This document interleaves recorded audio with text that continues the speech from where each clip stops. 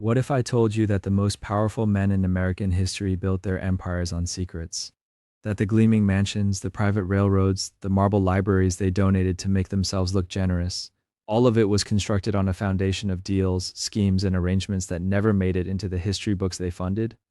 You probably think you know the Gilded Age. You learned about it in school. Robber barons, monopolies, maybe a line or two about Carnegie giving away libraries and Vanderbilt building a railroad. But here's the thing. The textbooks were written by people who needed those families to keep donating to universities. So the strange parts, the clever parts, the parts that would make you sit up straight at midnight and say, wait, that actually happened. Those got left out. Every secret you're about to hear is drawn from historical records, court documents, newspaper archives, and the occasional embarrassing memoir that some heir published without fully reading first. These aren't conspiracy theories, they're just the parts of the story that nobody thought to make comfortable. So before we go any further, do me a favor, hit that subscribe button and give this video a like. Because calm history at midnight doesn't exactly dominate the algorithm, and I need your help making sure these stories find the people who'd actually appreciate them. Now settle in, pull the blanket up, and get ready to learn 100 things about the Gilded Age fortunes that your history teacher either didn't know or quietly decided to skip. We're going to cover how the money was made, how it was spent, how it was hidden, how it was lost, and everything strange and surprising that happened in between. From the deals struck in smoke-filled rooms to the secret lives lived inside those impossible mansions. This is the Gilded Age that didn't make the curriculum. Let's begin. 1. The Erie War and stock watering, the railroad wars of the late 1860s, were not fought with weapons. They were fought with paper. When Cornelius Vanderbilt tried to take control of the Erie Railroad, the men running Erie simply printed more shares.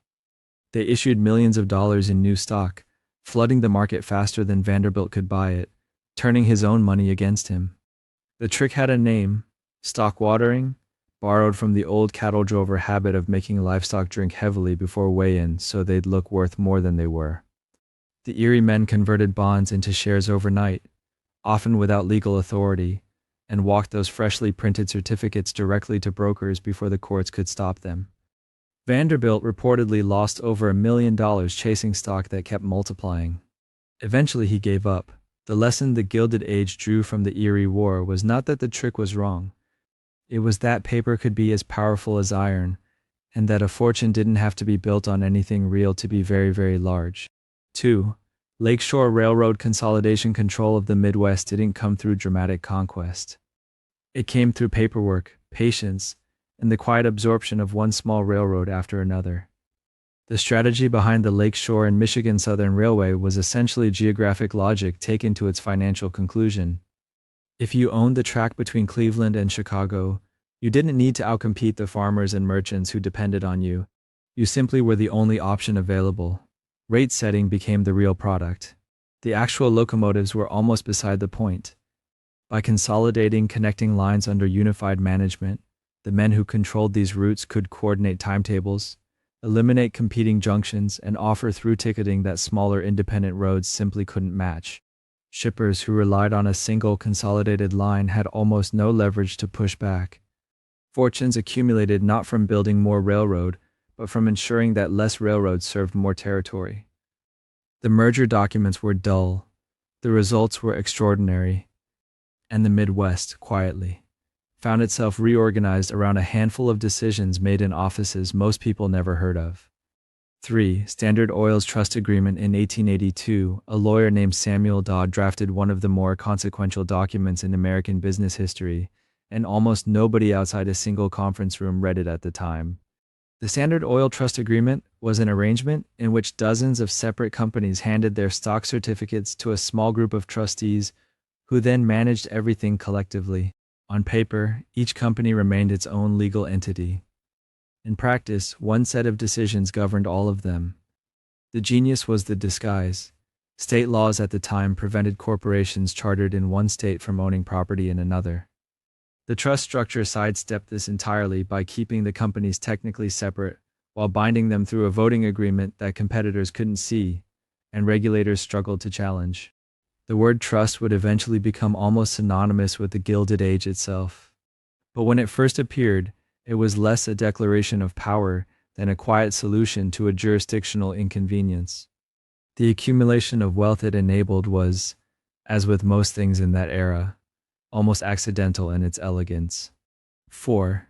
Railroad rebates and drawbacks. Standard Oil did not simply negotiate lower shipping rates from railroads. It negotiated something considerably stranger. Under arrangements that remained secret for years, certain large shippers received not just discounts on their own freight, but a portion of the full rates paid by their competitors. If a rival refinery shipped oil on the same line, a fraction of what that rival paid would quietly flow back to Standard.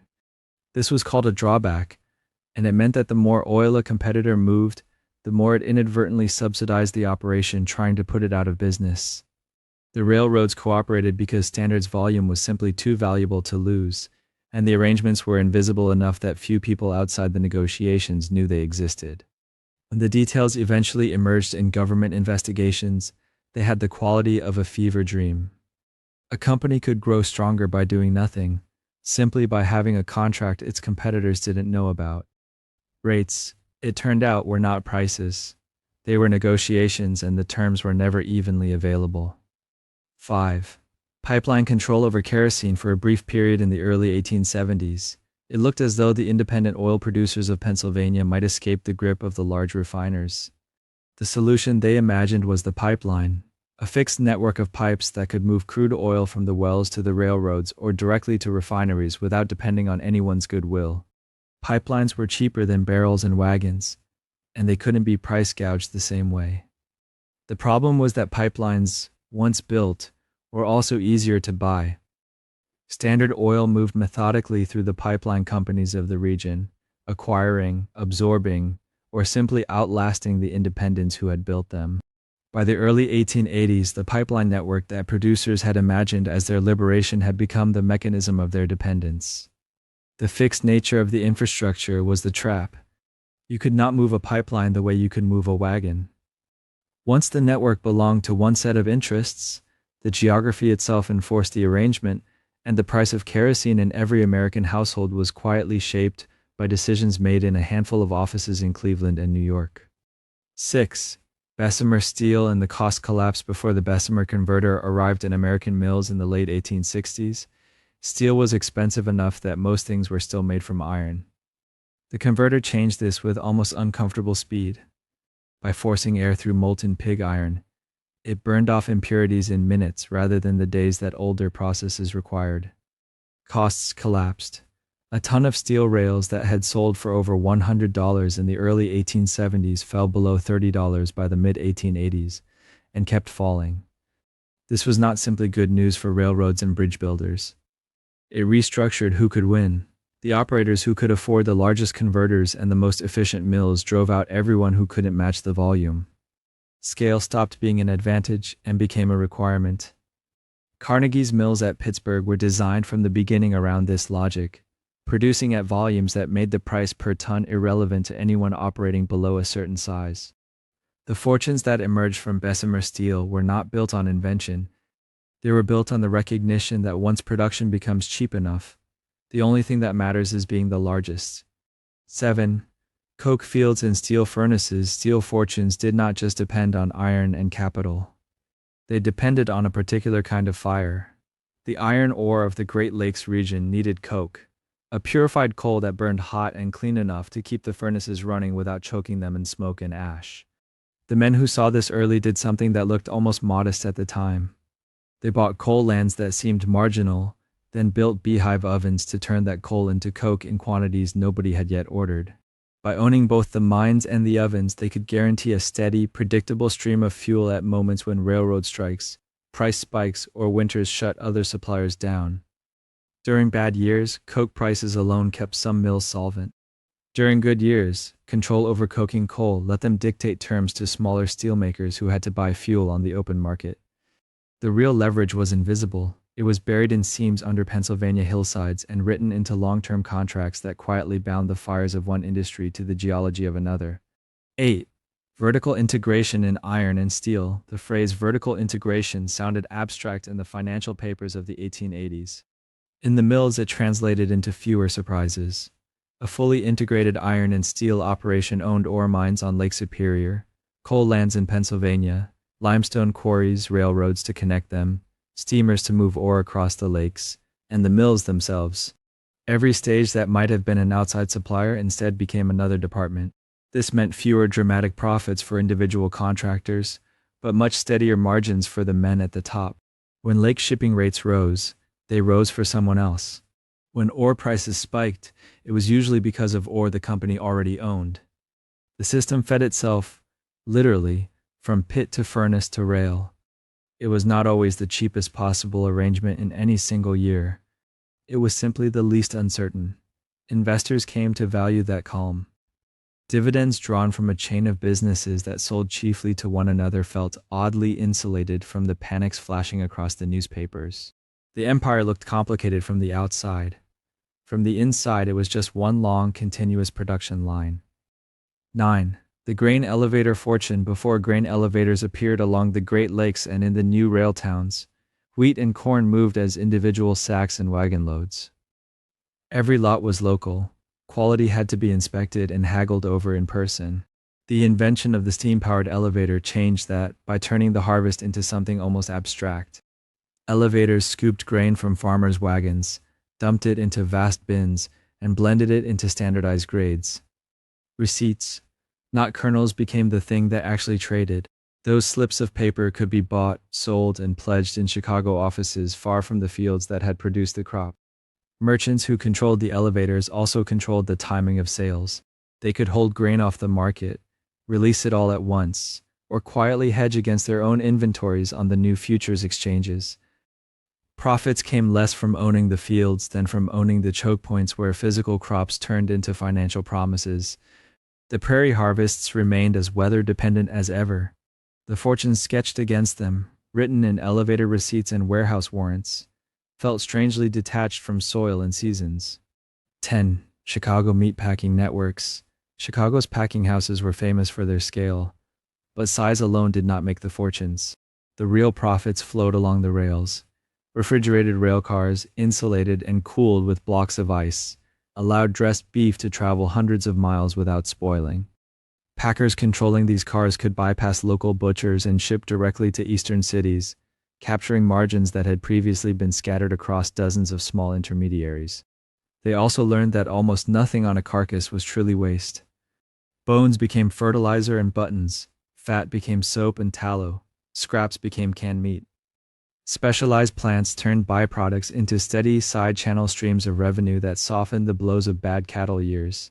The network extended outward from the yards, icing stations along rail lines, branch houses in distant cities, contracts with hotels and army posts.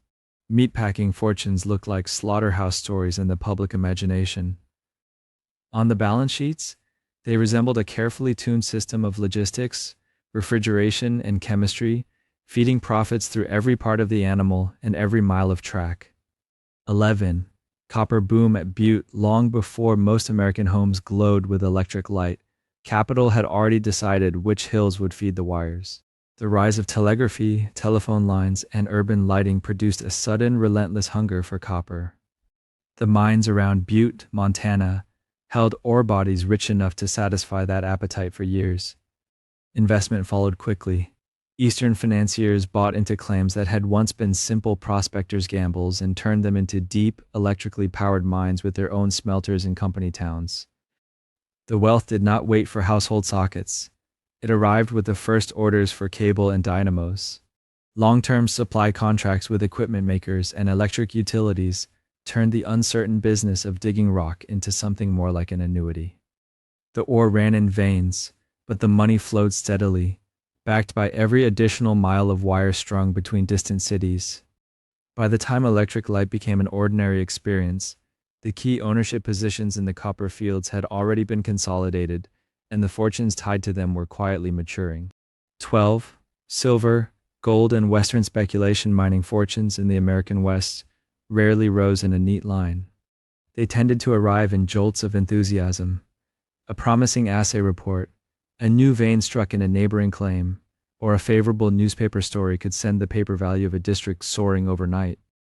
Shares in mining companies traded briskly in San Francisco, Denver, and New York, often on the strength of rumor rather than consistent production. Promoters organized syndicates around properties that had yet to ship a single profitable load of ore, selling each new round of stock to pay for the next tunnel or shaft.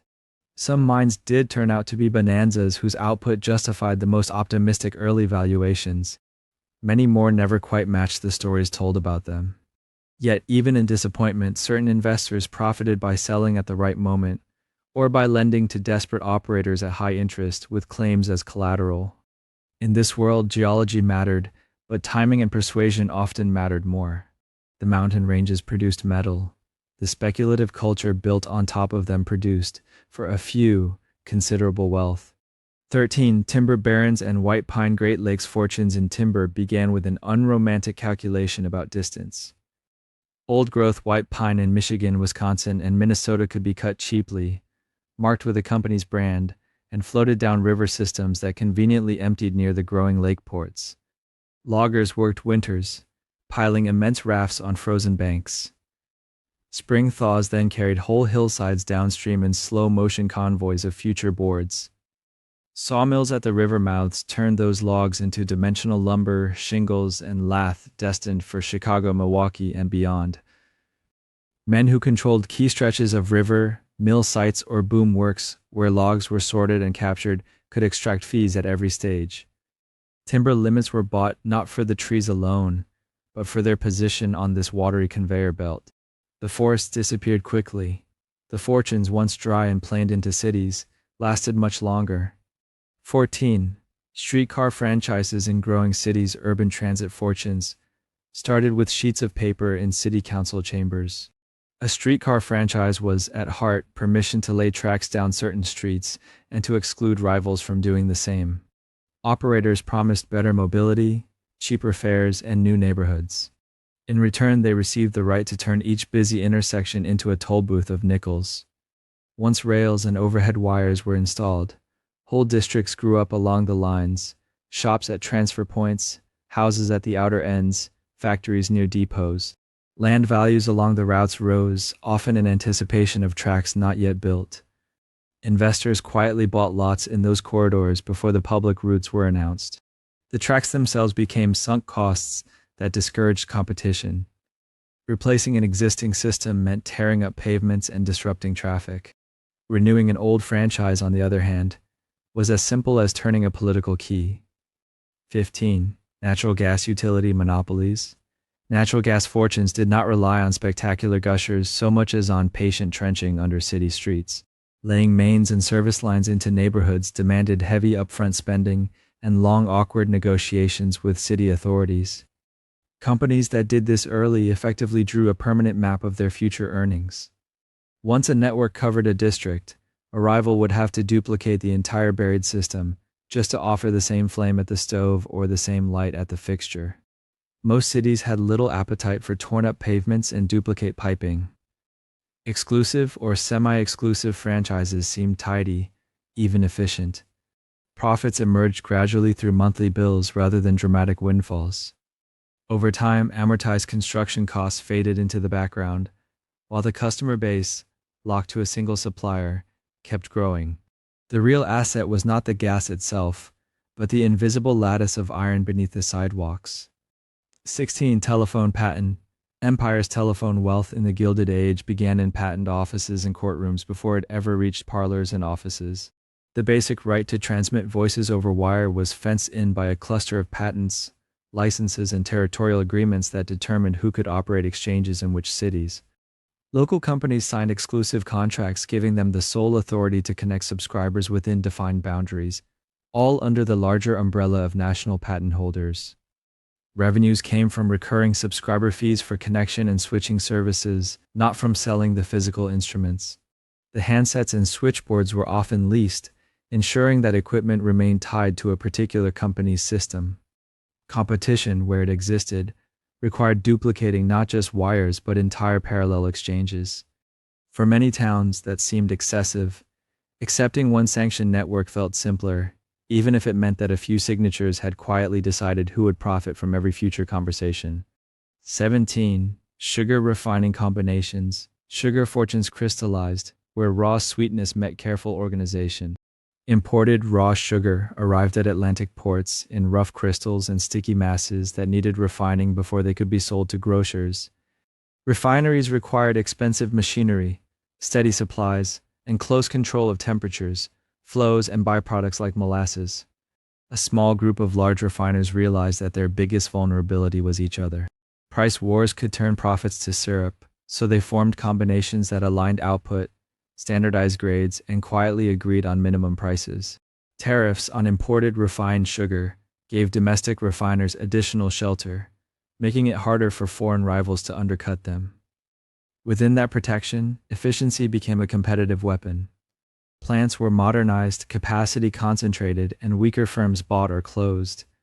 The final product on a kitchen shelf looked commonplace and anonymous. Behind it stood a network of ships, warehouses, contracts, and committee rooms where the daily price of sweetness was calmly decided. 18. Whiskey trust warehouses distilling fortunes in the Gilded Age often came not from selling more whiskey, but from selling it at the right time. Aging was both a legal requirement and a financial opportunity. Barrels stored in bonded warehouses slowly improved in flavor, while also serving as collateral. A group of distillers discovered that if they pooled their warehouses and coordinated production, they could manage both price and supply with surprising precision. Instead of each plant flooding the market after each distilling season, they agreed on output limits and release schedules, holding large stocks back until the timing suited them. Warehouse receipts, representing specific barrels under government seal, became tradable instruments in their own right. The trust's influence rested less on any single famous brand and more on its quiet custody of immense rows of slumbering casks. Demand rose and fell with fashions and harvests. The whiskey, and the profits drawn from its deliberate scarcity, aged steadily on. 19. Cotton Mill, New South capital, Southern textile fortunes tried to turn defeat into an asset. After the Civil War, boosters spoke of a New South, where bales of cotton would no longer travel north to be spun and woven. Instead, mills would be built close to the fields, powered by falling rivers and fed by local labor. Northern investors liked the arithmetic. Wages in southern mill towns were lower, water power was plentiful, and state and local governments offered tax breaks and friendly regulations. Mill villages built around towering brick factories kept workers, stores, and housing within easy reach of the time clock. Profits often flowed back to Boston, New York, or Philadelphia syndicates that owned the stock. Local elites took their share in directors' seats, contracts, and land values along the mill race. The slogan was regional renewal. The balance sheets showed a familiar pattern of distant capital quietly collecting the dividends. 20. Department store palaces, retail fortunes in the Gilded Age rose behind ornate doors on busy downtown corners. Department stores turned shopping from an errand into an outing. Fixed prices, printed on neat tags, removed the need for haggling and made middle-class customers feel safe from being overcharged. Vast window displays and seasonal exhibitions coaxed passers-by inside just to look. Once there, they found entire floors devoted to carpets, dresses, gloves, or household gadgets they had not known they wanted. Credit accounts and liberal return policies encouraged buying now, worrying later. Cafes, reading rooms, and rest areas made lingering respectable. Owners understood that the real product was not any single object, but the habit of visiting often. Bulk purchasing from manufacturers gave them leverage on wholesale prices. The margins between those quiet backroom deals and the polite bustle of the sales floor built fortunes, one small wrapped parcel at a time. 21. Banking houses and syndicates. Private banking fortunes in the Gilded Age were assembled from other people's funds, organized into disciplined pools. Family-run banking houses worked less like today's mass deposit banks and more like discrete financial clubs. Wealthy clients, railroads, industrial firms, and even governments brought them securities to sell, loans to arrange, and mergers to plan. Instead of risking only their own capital, these houses formed syndicates, temporary alliances of banks that agreed to underwrite entire issues of stocks or bonds. Each syndicate member took a slice, shared the risk, and collected its portion of the fees. The lead house orchestrated the timing, the publicity, and the placement of securities with favored investors. Reputation was itself a financial instrument. A respected name could calm markets or raise suspicion with a single circular. The actual offices might be modest. The paper they moved quietly determined which enterprises would grow and which would wither. 22. The Morgan Bond Syndicate Method. Among these banking practices, one method became especially influential. Large bond syndicates, often organized by powerful New York houses, turned distant risks into manageable, profitable slices. When a railroad, a city, or a government wanted to borrow a large sum, a syndicate agreed to buy the entire bond issue at a set discount. The group then resold those bonds to investors at a slightly higher price. The difference, multiplied across millions, was their fee. Spreading the initial purchase across many institutions reduced the danger that any single banker would be left holding unwanted paper.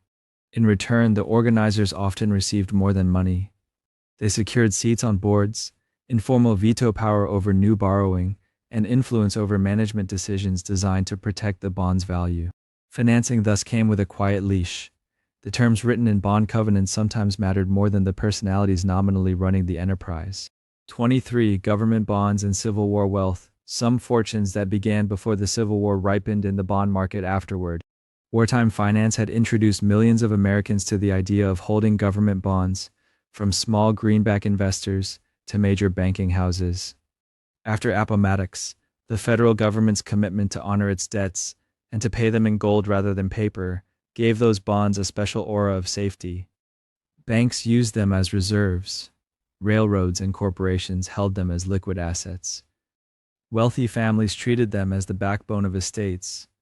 Brokers earned steady commissions trading them, while insiders profited from anticipating Treasury refunding operations or shifts in interest rates. War contractors who had been paid in bonds saw their paper climb in value as the government's credit strengthened.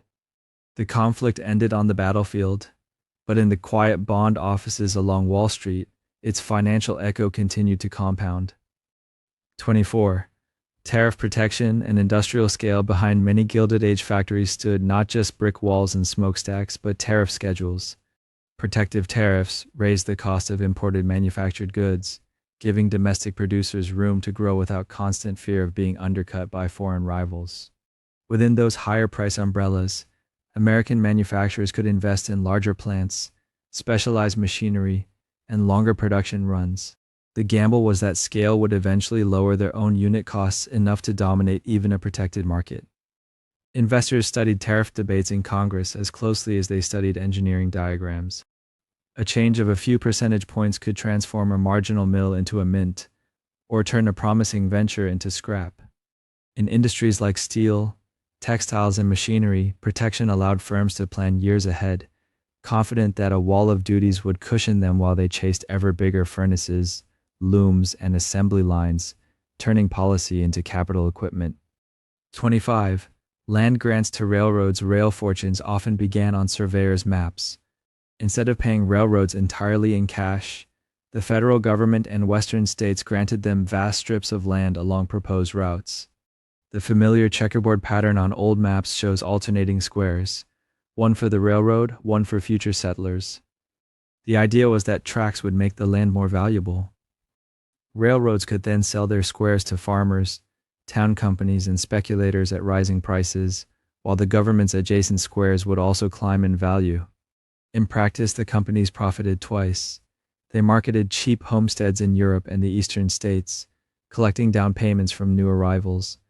Then, once those same settlers were harvesting grain or shipping cattle, the railroad collected again in freight charges. Promotional brochures promised community and opportunity. The real engine was a pipeline that turned public domain into private deeds, mortgages, and coupons, all feeding the ledgers of the line. 26. Company town scrip systems. In many industrial settlements, money itself wore the employer's brand. Remote coal camps, lumber towns, and mining districts often had only one substantial business, the company that owned the mine, the mill, or the forest. Instead of paying fully in cash, some firms issued scrip, a kind of private currency redeemable mainly at the company store or affiliated merchants.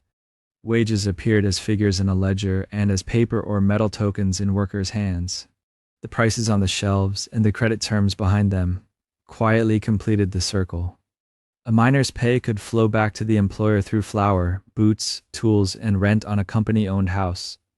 To outside financiers, script systems were a way to keep turnover low and revenue close. To local authorities, they simplified taxation and policing in places where a single corporate office functioned as town hall. Officially, it was orderly convenience. Economically, it was a closed loop. 27 Pullman, as a managed community, one of the most famous company towns, wrapped this logic in ornamental brick and manicured lawns. The Pullman Palace Car Company built an entire community south of Chicago, bearing its founder's name. Workers lived in neat row houses and apartment blocks designed by architects, with indoor plumbing and tidy streets. There were parks, a hotel, a library, a church, and shops, all arranged to project harmony and uplift. Rents were deducted from wages, and Pullman owned the buildings, the utilities, and much of the commercial frontage. The town's rules extended into paint colors, yard upkeep, and even the kinds of meetings residents could hold. Profits came from railcar contracts and leases, but also from the rent rolls and controlled retail spaces. Visitors saw a model of industrial civilization where order replaced the chaos of older factory districts.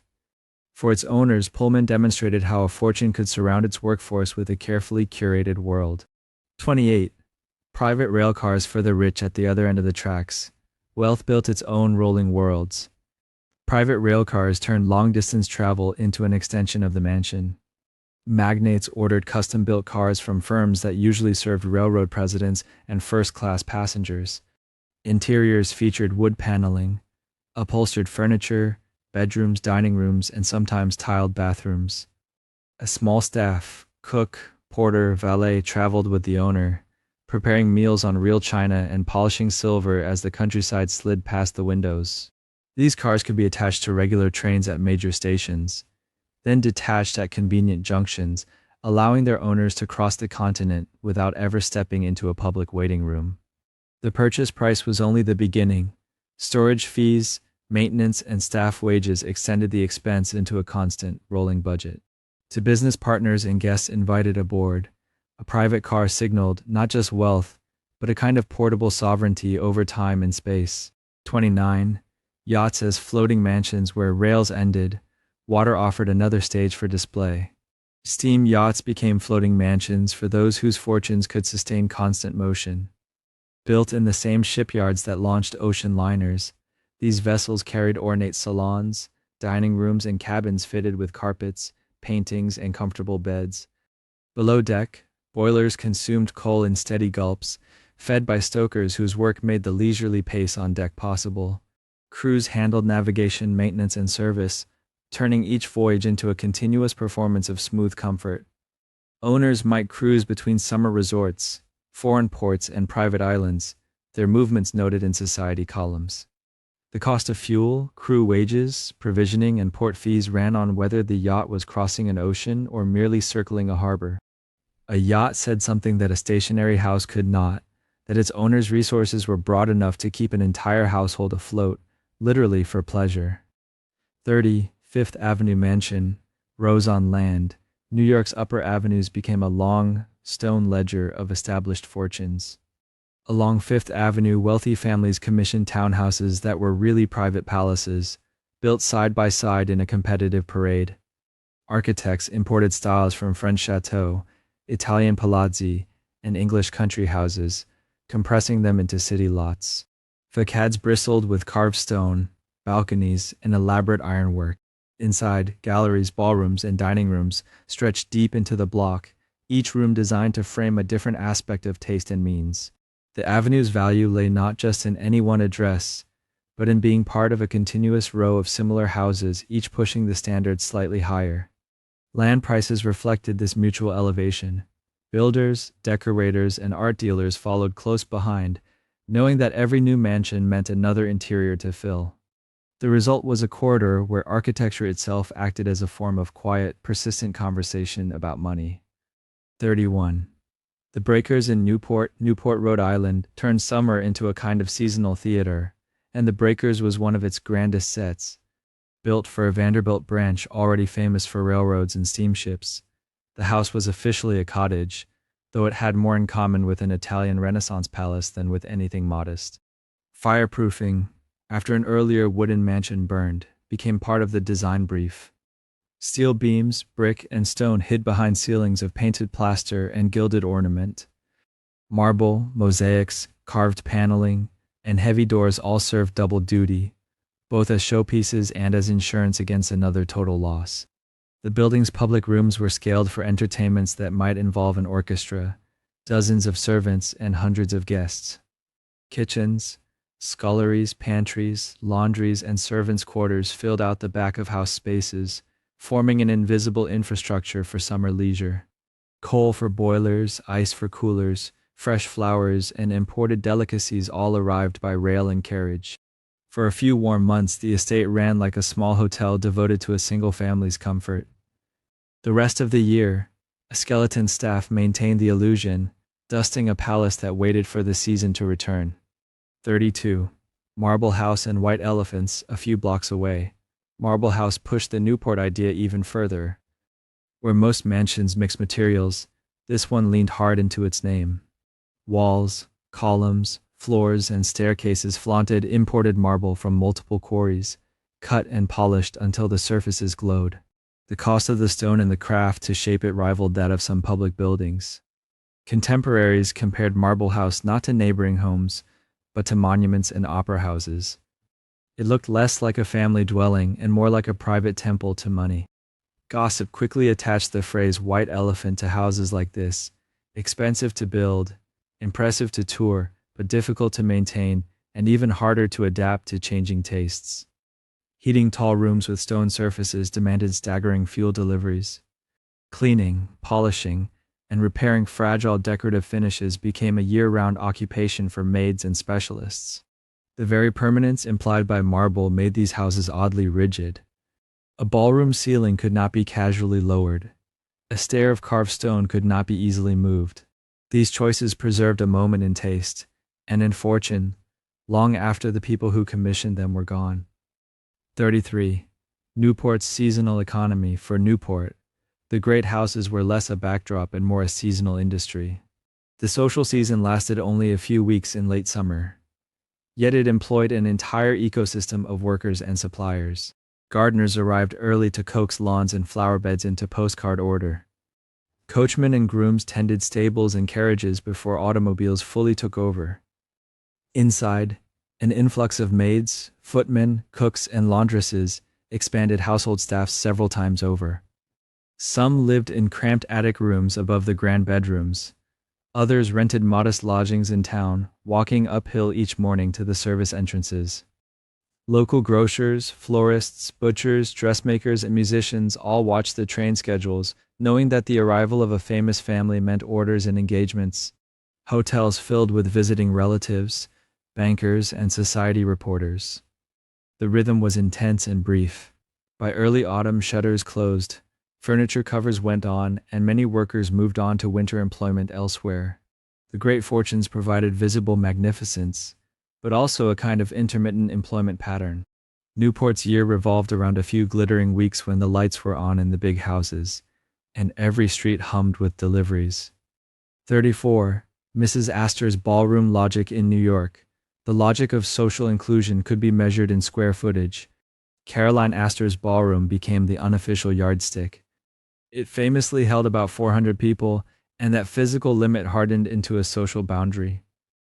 A list of those who could be invited to a full dress ball in that room took on a significance beyond one evening's entertainment. It suggested who counted in the highest social circle and who hovered just outside. Architects and decorators, aware of this, approached the design of grand urban houses with entertaining capacity in mind. Ballrooms, reception rooms, and dining rooms were not just for pleasure. They were instruments to manage relationships, obligations, and alliances among similar fortunes. A guest list had to match the room without making it appear half empty or dangerously crowded. Too many new faces could unsettle older families. Too few could make a house seem out of touch. In this way, plaster moldings, mirrored walls, and parquet floors silently enforced who belonged. The ceiling height, the number of place settings, and the width of the staircase all contributed to the invisible arithmetic of status. 35. Ward McAllister's 400. Ward McAllister, a society figure with a taste for classification, gave this arithmetic a convenient label. He spoke of the 400, supposedly the exact number of people who mattered most in New York society, because that was how many could fit comfortably into Mrs. Astor's ballroom. Newspapers repeated the phrase, and it quickly detached from the original joke, hardening into something that looked official. In reality, the list itself was flexible, more an attitude than a census. It changed as fortunes rose and fell, as marriages connected families, and as reputations improved or declined. Old mercantile names, new railroad and steel money, and a handful of artists and professionals could all find themselves calculated into or out of the count. The idea worked because it simplified a complex web of invitations, visits, and obligations into a single number. People could talk about getting into the 400 even if no printed roster existed on any desk. For the great fortunes, it was a convenient fiction. It allowed them to organize dinners, balls, and charity events with a sense of order, drawing a line that seemed traditional even as they moved it when needed. 36. The Bradley Martin Ball of 1897, sometimes that line slipped. The Bradley Martin Ball, held in 1897 at the Waldorf, showed how delicate the balance could be. The host rented an entire hotel and transformed it into a fantasy of European courts. Guests arrived in elaborate historical costumes, kings, queens, and courtiers represented in silks, velvet, and jewels. The supper, the wines, the decorations, and the orchestra all reflected a budget more commonly associated with public festivals than with a private party. Newspapers covered every detail, from the menu to the estimated cost of each gown. Yet, outside the ballroom, the wider economy still felt unsteady after financial panics earlier in the decade. Commentators questioned whether such extravagance was tasteful under the circumstances. Clergymen preached sermons on luxury, and some politicians found it useful to criticize. The hosts had intended the ball as a grand gesture, even claiming it would stimulate trade through orders to dressmakers and caterers. Instead, they discovered that public attention could turn slowly, then sharply, from admiration to discomfort. For the circle that lived by display, the episode quietly suggested that there were limits, even if no one agreed precisely where those limits lay. $37 princess marriages. If ballrooms and balls were about sorting people in one city, marriages connected continents. By the late 19th century, the phrase dollar princess had become a kind of shorthand on both sides of the Atlantic. American heiresses, backed by new fortunes from railroads, steel, and mining, carried large dowries and a willingness to spend on estates. British and European aristocrats, on the other hand, often had titles, ancestral houses, and chronic cash problems tied to land that no longer yielded enough income. The match was straightforward if not simple: liquidity for lineage. Negotiations could resemble business mergers, with lawyers and family advisors reviewing settlements, entailments, and future expectations.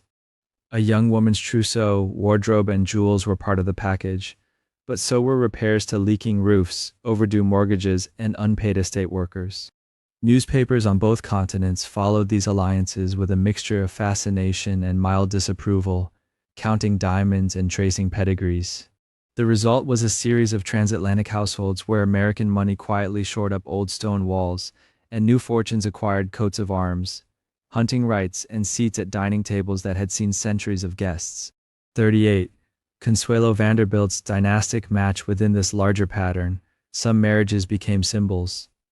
Consuelo Vanderbilt's match to the Duke of Marlborough was one of those. Her family fortune, anchored in railroads and steamships, met a title bound to Blenheim Palace, a vast Baroque estate famous for architecture, history, and bills. The dowry, widely reported and endlessly discussed, underwrote repairs, staff, and improvements that local rents could no longer sustain. For American observers, the union dramatized the idea that money could, in a sense, purchase rank. For British society, it illustrated how far aristocratic houses would go to secure their future. The wedding inspired a new vocabulary in newspapers and drawing rooms: duchess making, buying a coronet, and similar phrases that sat halfway between admiration and satire. Behind the stories, there were practical details: transatlantic journeys, new social codes, changes in household management, and complicated adjustments to different expectations about privacy, servants, and ceremony.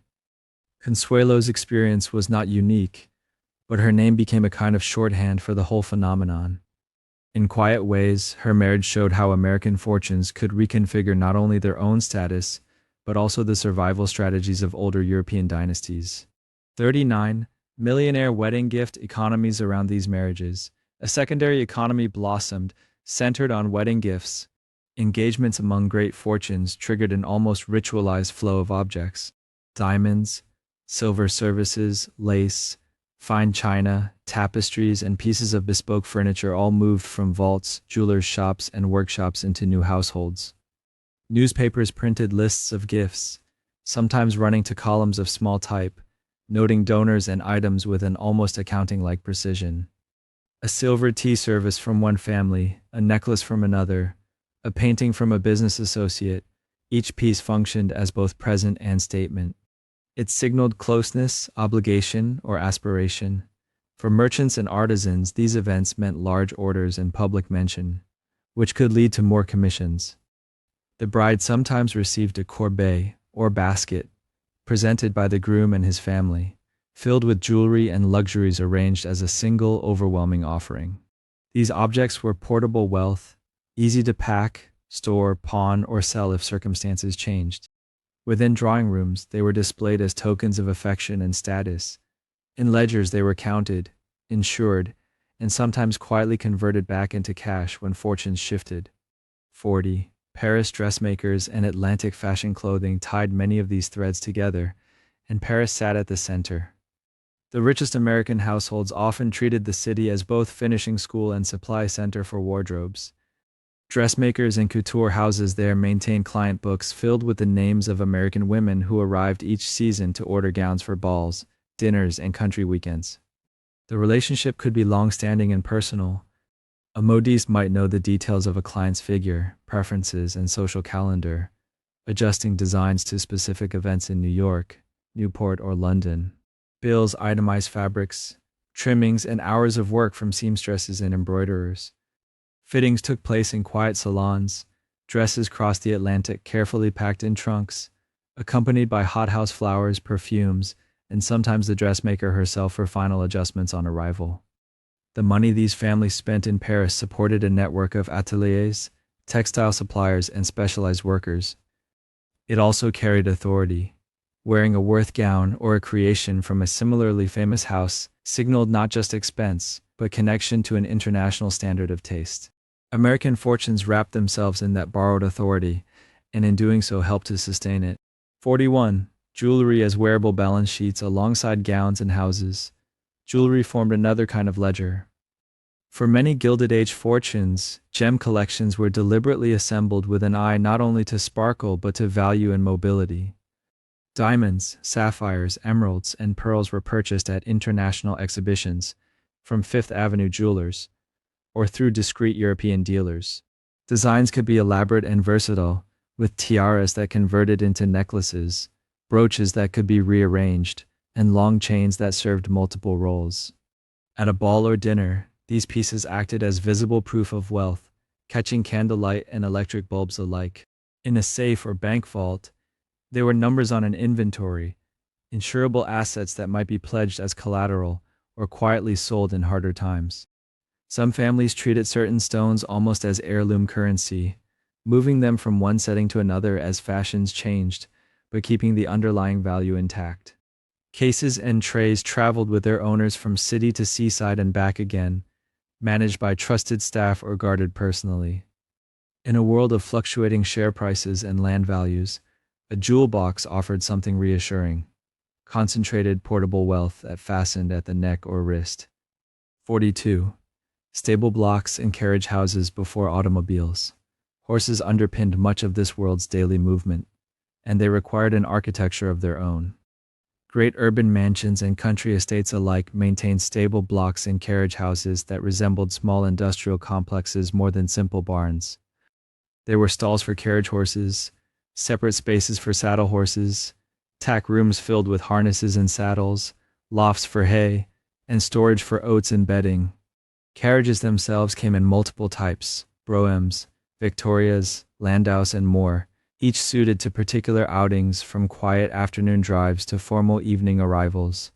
Grooms, coachmen, stable boys, and sometimes specialist veterinarians worked within this system, cleaning stalls, grooming animals, repairing harness, and monitoring feed deliveries. Manure had to be removed regularly, often sold to market gardeners. In cities, wealthy families might own additional stable buildings on side streets, out of sight of formal facades, yet essential to everyday logistics. The stone, brick, and ironwork of these structures, along with the constant rhythm of feeding, watering, and exercising, formed an invisible foundation beneath the polished surfaces of Gilded Age life. Every arrival at a ball or dinner began, quietly, with the routines of the stable yard. 43. Imported tapestries and old masters inside these houses. Walls worked almost as hard as railroads and factories. New fortunes had a problem of time. Money could be made quickly, but age could not. One solution was to borrow it, in the form of European art. Agents in Paris, London, and Rome scoured auction rooms and distressed aristocratic estates for tapestries, panel paintings, and portraits. A Flemish tapestry that had once hung in a drafty French chateau might reappear in a Fifth Avenue dining room, its faded colors now framed by fresh gilding and electric light. Old master paintings offered something similar: a Madonna, a Venetian harbor, a Dutch still life with glistening fruit. Each carried the suggestion of centuries, of patronage and continuity. Catalogs and provenances were read with as much attention as stock reports, because a long pedigree on paper could smooth a short pedigree in business.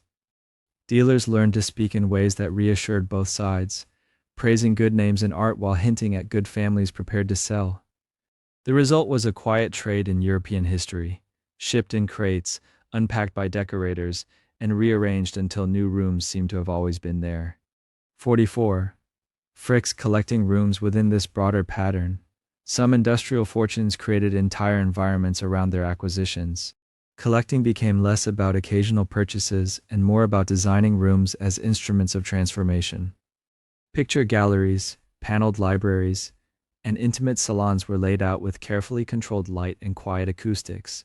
A visitor might move from a noisy avenue into a sequence of hushed spaces where paintings and sculpture seemed to absorb sound.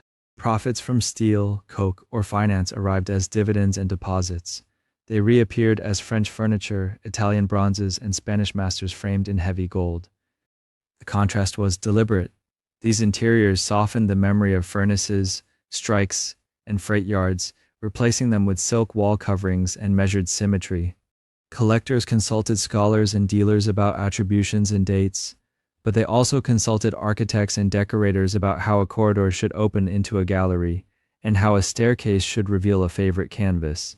Insurance policies, inventories, and floor plans turned this tranquility into an organized system. Over time, the house itself became a kind of argument that wealth, once converted into art and quiet rooms, could claim an older, more settled kind of dignity. 45. Private libraries as prestige projects. Shelves, filled with leather-bound volumes, offered another language of respectability. Private libraries in Gilded Age mansions were often ambitious architectural projects, with carved wood, stained glass, and hidden galleries. The books themselves might be a mixture: sets of the classics in matching bindings, scientific works, travel accounts, and handsome editions of poets and historians. Some owners were serious readers who annotated margins and commissioned custom catalogs. Others acquired libraries in the way they acquired paintings, as complete collections purchased from Europe or from the estates of scholars and older families. Bindings, bookplates, and custom cases carried coats of arms, monograms, or newly designed crests, visually linking recent money to imagined intellectual tradition. A visitor seeing rows of calfskin and Morocco leather did not always know which volumes were regularly opened and which were scarcely touched. Architects placed desks by windows, ladders along shelves, and fireplaces at focal points, creating the suggestion of constant contemplation. Librarians, often trained in universities, managed acquisitions and indexes, turning private taste into an organized archive. In this manner, A room could declare cultivation before a single sentence was read aloud. 46. Opera boxes and social altitude outside the house. Theaters and opera houses provided public stages where status could be displayed and compared. An opera box was less about perfect sound than about position. Tier, location, and neighboring boxes worked together to create a map of influence visible from every seat. Long before the first note was sung, opera nights were exercises in arrival, greeting, and being seen. Families with established names and those with newer fortunes negotiated, bought, or inherited boxes that signaled their place in this arrangement.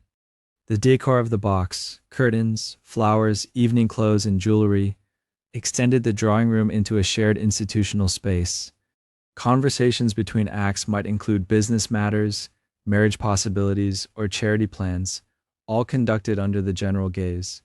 Season tickets, subscription lists, and donors' boards recorded who belonged at what level. Occasionally, a change in box ownership reflected a change in fortune, though public explanations might mention travel or health instead of finances. The performances on stage remained essential, but the architecture ensured that audiences themselves formed a second spectacle, one in which social altitude could be measured in balconies and sightlines. 47. The Metropolitan Opera's new money when existing institutions felt too tightly controlled by older circles. New fortunes sometimes built fresh ones.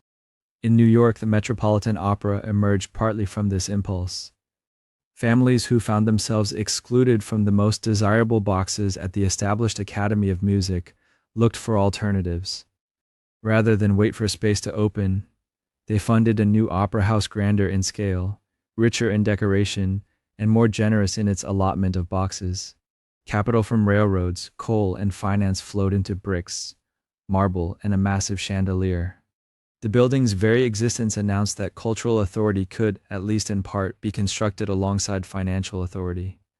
Architects and acousticians worked to ensure that music carried well, but seating plans and box arrangements received equal attention. Subscription schemes were devised to give supporters a regular, prominent place in the season. Critics reviewed both productions and interiors, debating not only the quality of singers, but the success of the new social geography. Over time, the Met became an institution in its own right, its early origins in social competition, gradually softened by routine seasons, traditions, and the simple habit of returning audiences. 48. Private clubs and velvet barriers between home and public institutions lay another layer of spaces. Private clubs. These organizations translated reputation into controlled access. Membership lists for the most sought-after clubs read like condensed directories of major fortunes, with names from railroads, banking, shipping, mining, and real estate sharing the same stationery. Entry was by nomination and vote, often requiring multiple sponsors and quiet inquiries into a candidate's background. Interiors were designed for comfort and discretion, dining rooms with predictable menus, card rooms with quiet corners, reading rooms stocked with newspapers and financial journals. Here, deals could be discussed without formal minutes, alliances tested over long lunches or late-night games. Service was attentive but unobtrusive, and staff learned not only preferences but patterns of arrival and departure. Portraits of founding members hung on walls, reinforcing a sense of continuity, even as new industries and families joined. For some, club membership mattered almost as much as corporate titles, because it opened a network of conversations that rarely appeared in public records.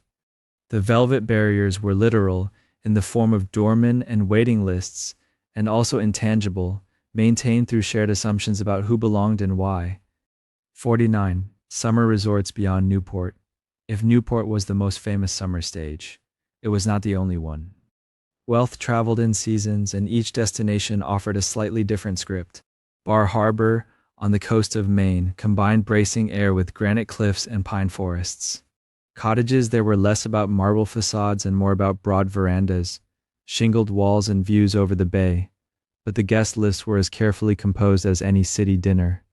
Lenox in the Berkshires provided a hill country alternative for those who liked mountain breezes and proximity to Boston and New York. Estates spread across rolling lawns, with stables, tennis courts, and music rooms tuned for chamber performances on long evenings. Saratoga, with its mineral springs and racetrack, mixed health, leisure, and wagering into one continuous season. Fortunes circulated among these places almost like migrating flocks. Families might open Newport in June, pass through Saratoga for racing, then retreat to Bar Harbor or Lenox for quieter weeks. Trains, steamers, and private cars stitched these worlds together, carrying trunks, servants, and crates of flowers. Each resort developed its own informal calendar of house parties, charity events, and excursions, so that acquaintanceships begun over winter opera continued on porches, in carriages, and along woodland paths, maintaining a social fabric that never quite rested.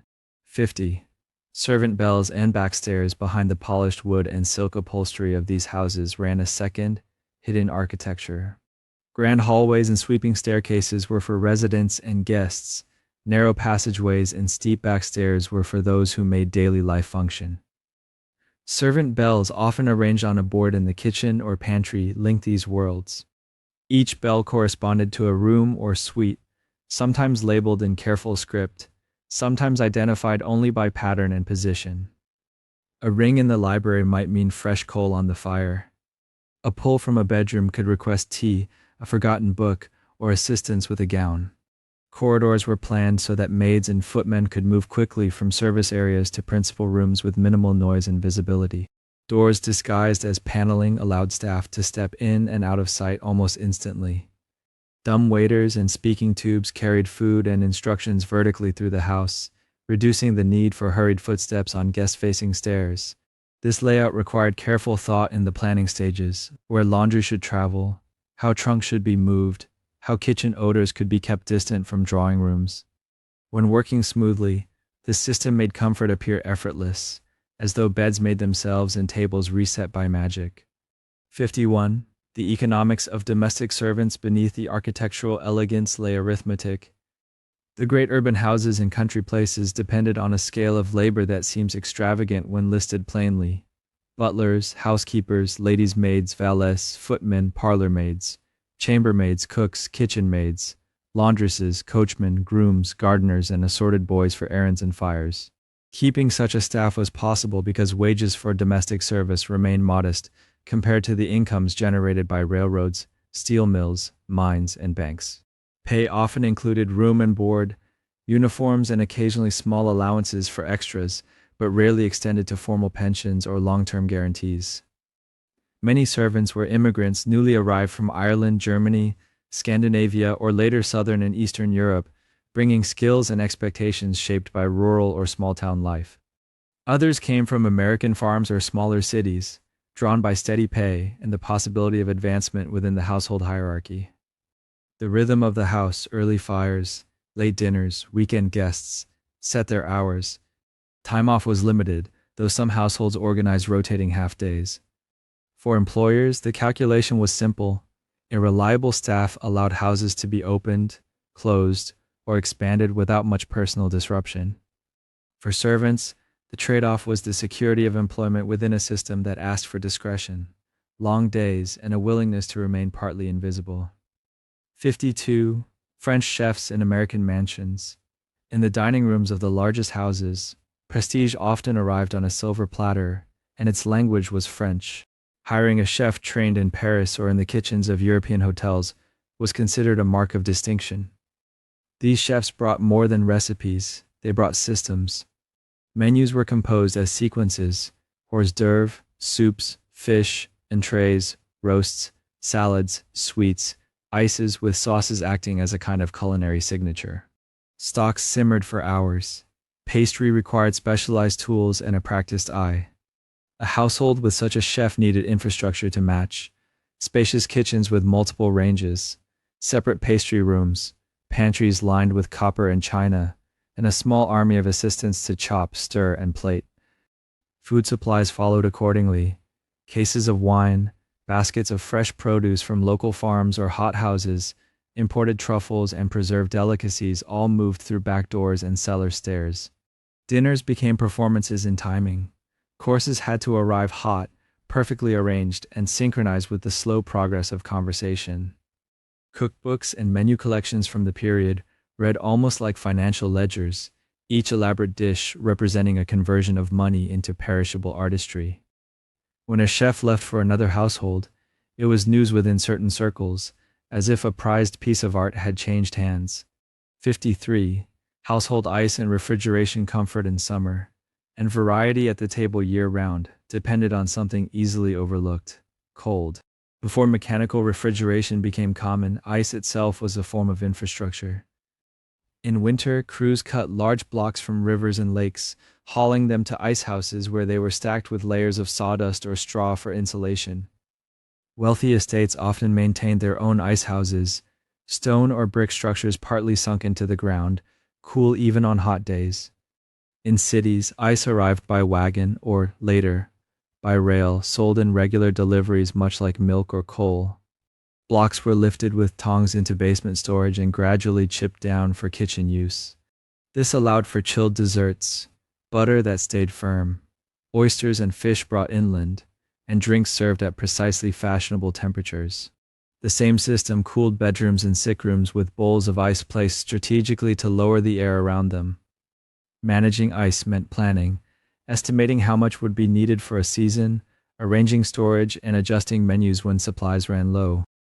When early household refrigerators appeared, powered by electricity or gas, they were adopted first in houses already accustomed to managing large quantities of food and drink. Even then, ice boxes and deliveries continued alongside new machines, overlapping worlds of old and new cold. 54. Electric lighting as social theater. When electricity entered these houses, it did more than replace candles. It created a new kind of spectacle. Early electric lighting was expensive to install and somewhat unpredictable in operation, which meant that simply having it signaled both wealth and willingness to experiment. Architects and decorators treated fixtures as jewelry for rooms: crystal chandeliers strung with dozens of small bulbs, wall sconces shaped like torches or lilies, table lamps with shades that softened and colored the glow. Some houses combined gas and electric in the same fixture, with tiny levers to switch between them until reliability improved. Evening gatherings took on a different quality under this brighter, steadier light. Fabrics shimmered, gilding gleamed, and faces were more clearly visible across a room, changing how people experienced conversation and display. Hosts could emphasize certain features of their interiors: a painting, a carved ceiling, a floral arrangement, by directing light in ways impossible with open flames.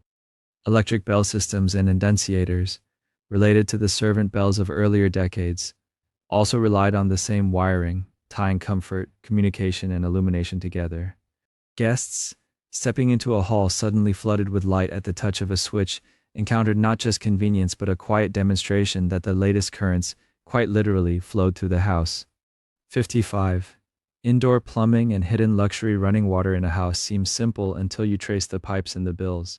Inside Gilded Age mansions, plumbing was both an engineering challenge and a quiet brag. Bathrooms multiplied as fortunes grew.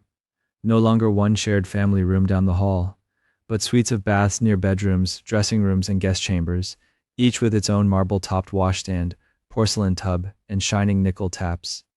Behind the polished surfaces, plumbers threaded webs of pipe through walls and under floors, connecting to city mains where they existed, or to private wells, cisterns, and elaborate septic systems where they did not. Water pressure had to be regulated so that a guest drawing a bath on the third floor did not leave someone on the second floor with a disappointing trickle. Boilers, tanks, and pumps occupied their own corner of the basement, tended like small industrial plants by engineers and janitors, who monitored gauges and valves. Maintenance was constant. Pipes froze in winter, joints leaked, fixtures needed replacing as styles changed. The expense was ongoing rather than ceremonial, yet it bought something powerful: privacy, cleanliness, and the ability to host dozens of people without inconvenience. A house with many bathrooms and reliable hot water signaled not just wealth on paper, but a willingness to invest steadily in comfort that few others could yet afford.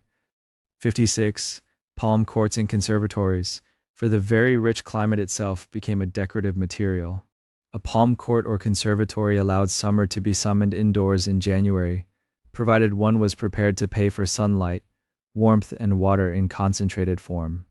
Glass roofs and walls, framed in iron or wood, created light-filled rooms where ferns, orchids, orange trees, and towering palms grew in carefully managed soil. These spaces might connect directly to a main hall, so that guests could stroll from a wood-paneled drawing room into a humid green world scented with blossoms. Behind that illusion of natural abundance lay a precise schedule of stoking furnaces, adjusting vents, and watering by hand. Boilers kept the air at temperatures suitable for tropical plants even when snow lay outside. And gardeners, sometimes specialists hired from Europe, tracked pests, pruned fronds, and coaxed reluctant blooms on to coincide with balls or receptions. Imported plants traveled by ship and rail in special cases, with their cost and fragility adding to the sense of rarity. A well-tended conservatory signaled more than taste. It showed a household capable of burning fuel, paying wages, and planning months ahead simply to enjoy a breakfast under orange blossoms while the rest of the city shivered. The palms were decorative, but the infrastructure that sustained them was pure, ongoing investment. 57. Country estates as working machines from a distance. A Gilded Age country estate might look like a painting: broad lawns, distant woods, a house sitting serenely above it all. Up close, it operated more like a small, diversified business.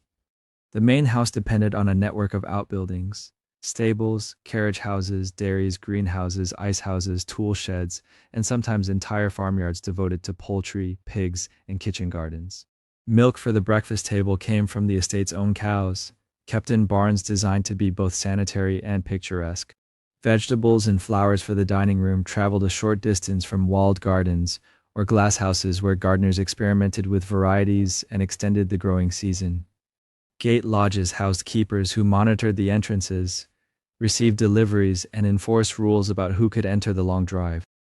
Behind the scenes, there were workshops for carpenters and blacksmiths, laundry buildings with great drawing rooms, and sometimes powerhouses generating electricity or pumping water across the grounds. Dozens, sometimes hundreds, of workers, gardeners, farmhands, grooms, gamekeepers, chauffeurs, received wages, lived in cottages, and followed seasonal rhythms of planting, harvesting, haying, and snow clearing. The estate's books recorded feed costs, repairs to glass panes, replacement of tools. Leisure for the owners depended on this constant background activity. A well-run estate allowed them to treat fresh cream, cut flowers, and groom drives as simple givens, without ever needing to follow the daily rounds that made those pleasures possible. 58. Fox hunts and imported traditions. Wealth in the Gilded Age often looked to older societies for scripts, and few rituals traveled so directly as the fox hunt. Country places in New York, New Jersey, Pennsylvania, and beyond carved out acres for this decidedly British pastime, even when the local landscape and wildlife required adjustments. Packs of hounds were imported or bred under guidance from English huntsmen who were brought over to train staff and dogs alike. Kennels, stables, and tack rooms grew up around the sport, and grooms kept hunters fit for early morning runs across fields, fences, and streams. Red coats, breeches, tall boots, and hunting pink were adopted with care, and the hunt breakfast before or after a ride became an important social occasion. Sometimes the fox was a bagged animal released for the day. Sometimes scent was laid for hounds to follow, turning the event into a choreographed chase instead of an unpredictable pursuit. Landowners arranged with neighbors about crossings and gates, compensating for trampled fields or damaged hedges.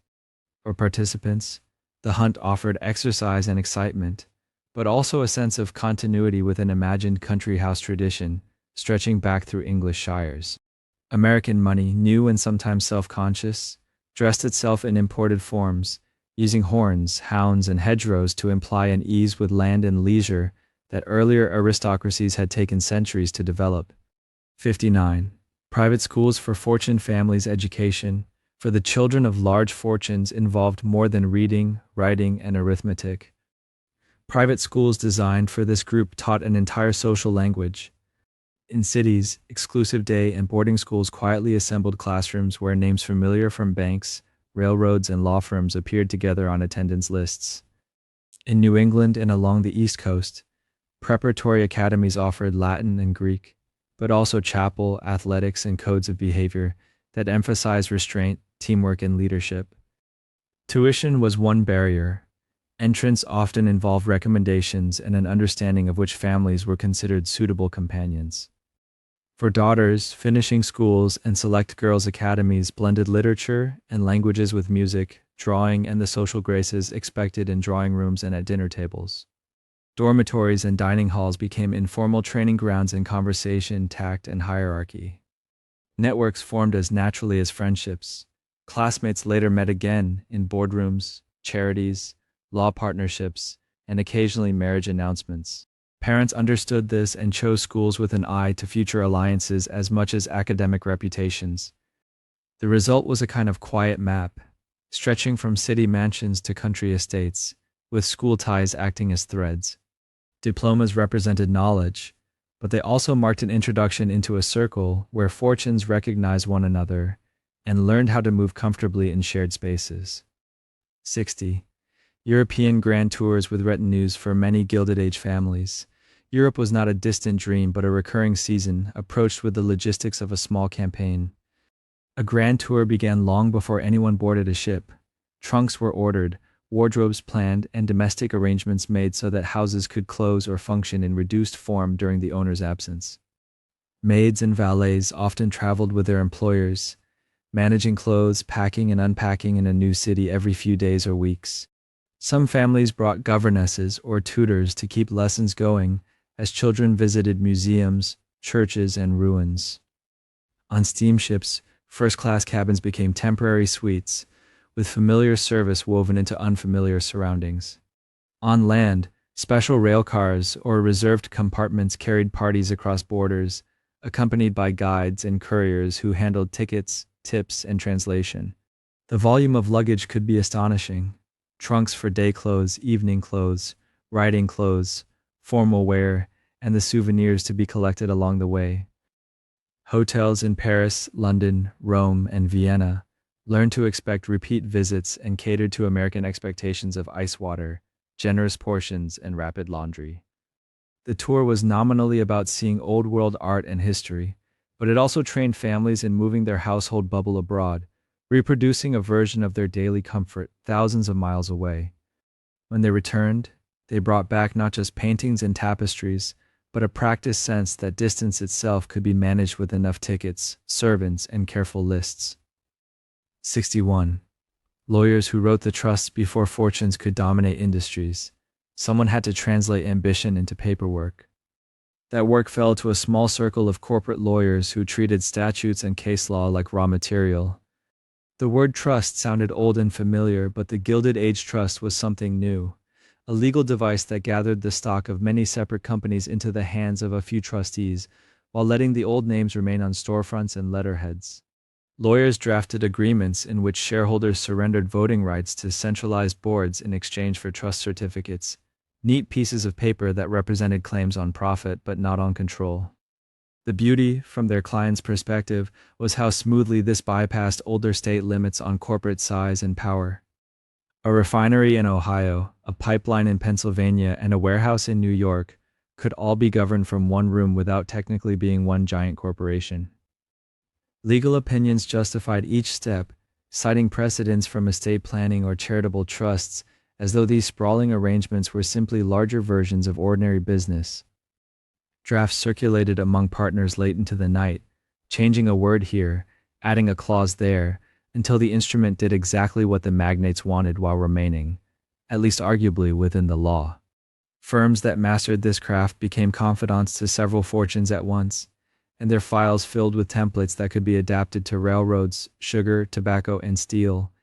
The lawyers did not build track or refine oil, but they built structures of ownership and control so novel that legislatures and courts spent years trying to understand them.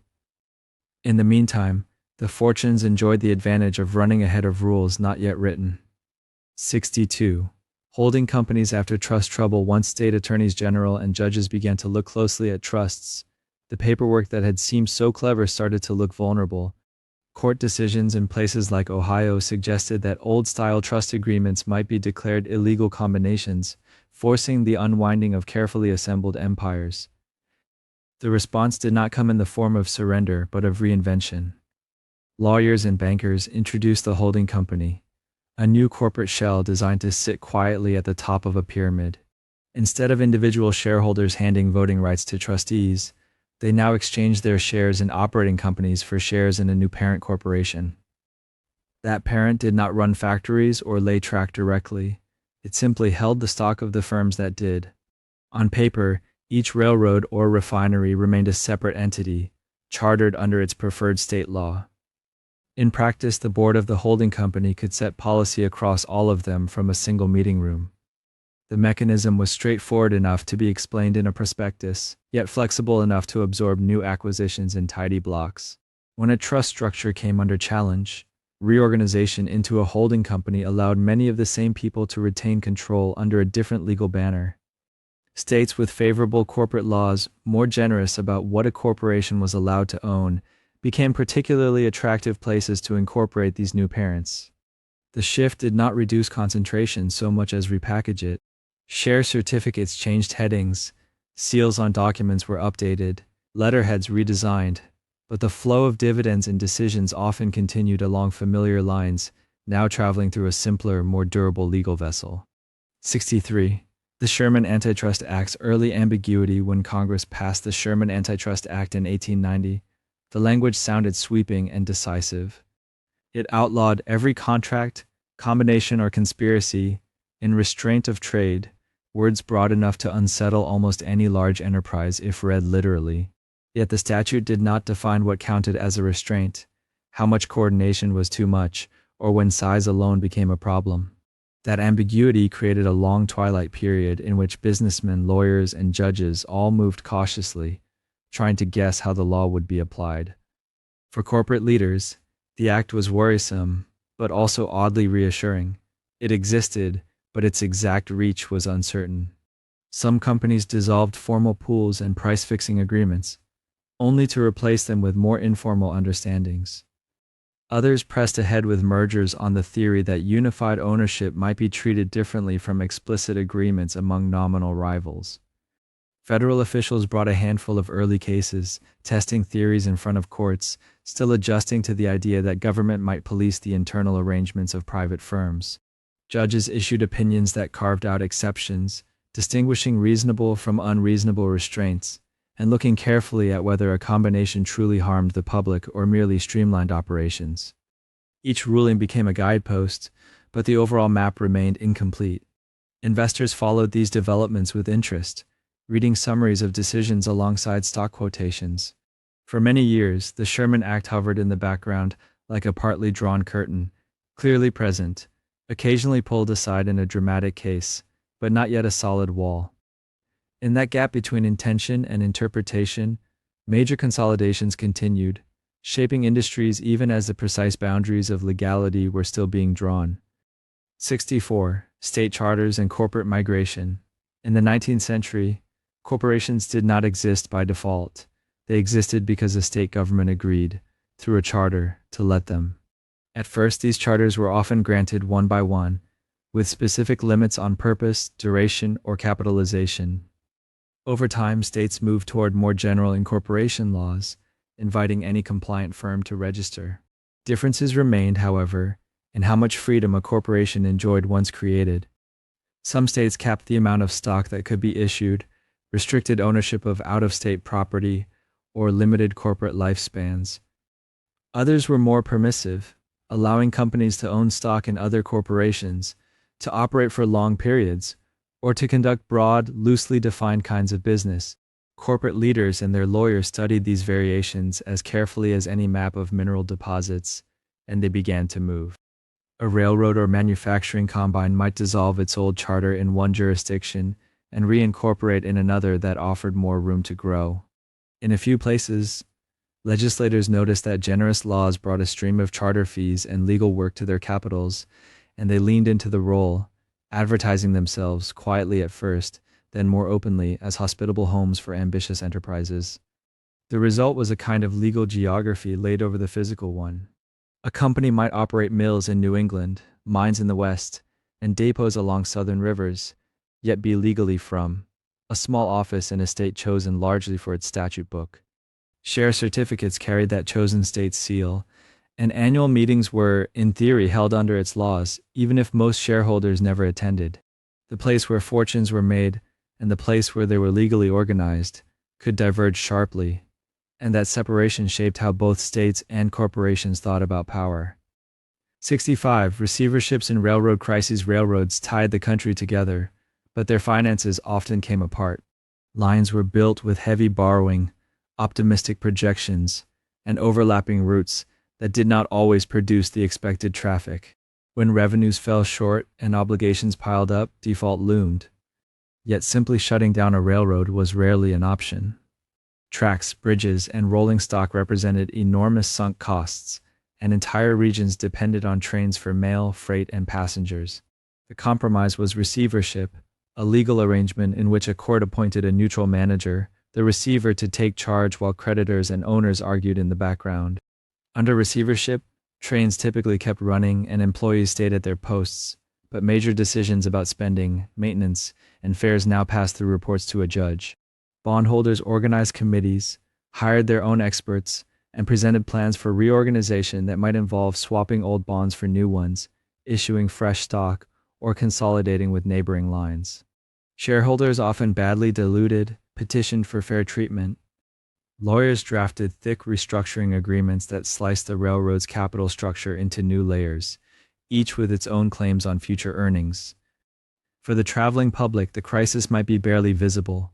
Timetables were printed, tickets sold, baggage checked as before. Behind the scenes, however, ownership was being quietly rearranged, sometimes shifting control from the original promoters to big banking houses that specialized in such rescues. When the court finally lifted the receivership, the railroad emerged with a new balance sheet, and often a new management team, its physical rails unchanged but the fortunes tied to them significantly altered. 66. Watered stock and investor confusion. Stock certificates in the Gilded Age carried impressive engravings and grand company names, but their numbers did not always match the underlying value. Promoters and financiers developed a practice known as watering stock, borrowing a term from livestock markets, where animals were sometimes plumped with extra water before weighing. In corporate terms, watering meant issuing stock far in excess of the actual assets contributed, or inflating the declared value of intangible goodwill. A railroad built at a cost of, say, $10 million might be capitalized on paper at $20 or $30 million, with the surplus shares distributed to insiders as a reward for organizing the deal. Early on, these insiders could sell portions of their holdings to eager investors drawn by the prestige of the enterprise and the promise of future dividends. As long as business was brisk and earnings rose, the gap between real value and paper capitalization remained comfortably abstract.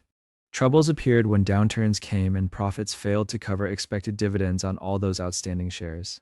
Investors discovered that the arithmetic of return was not working in their favor.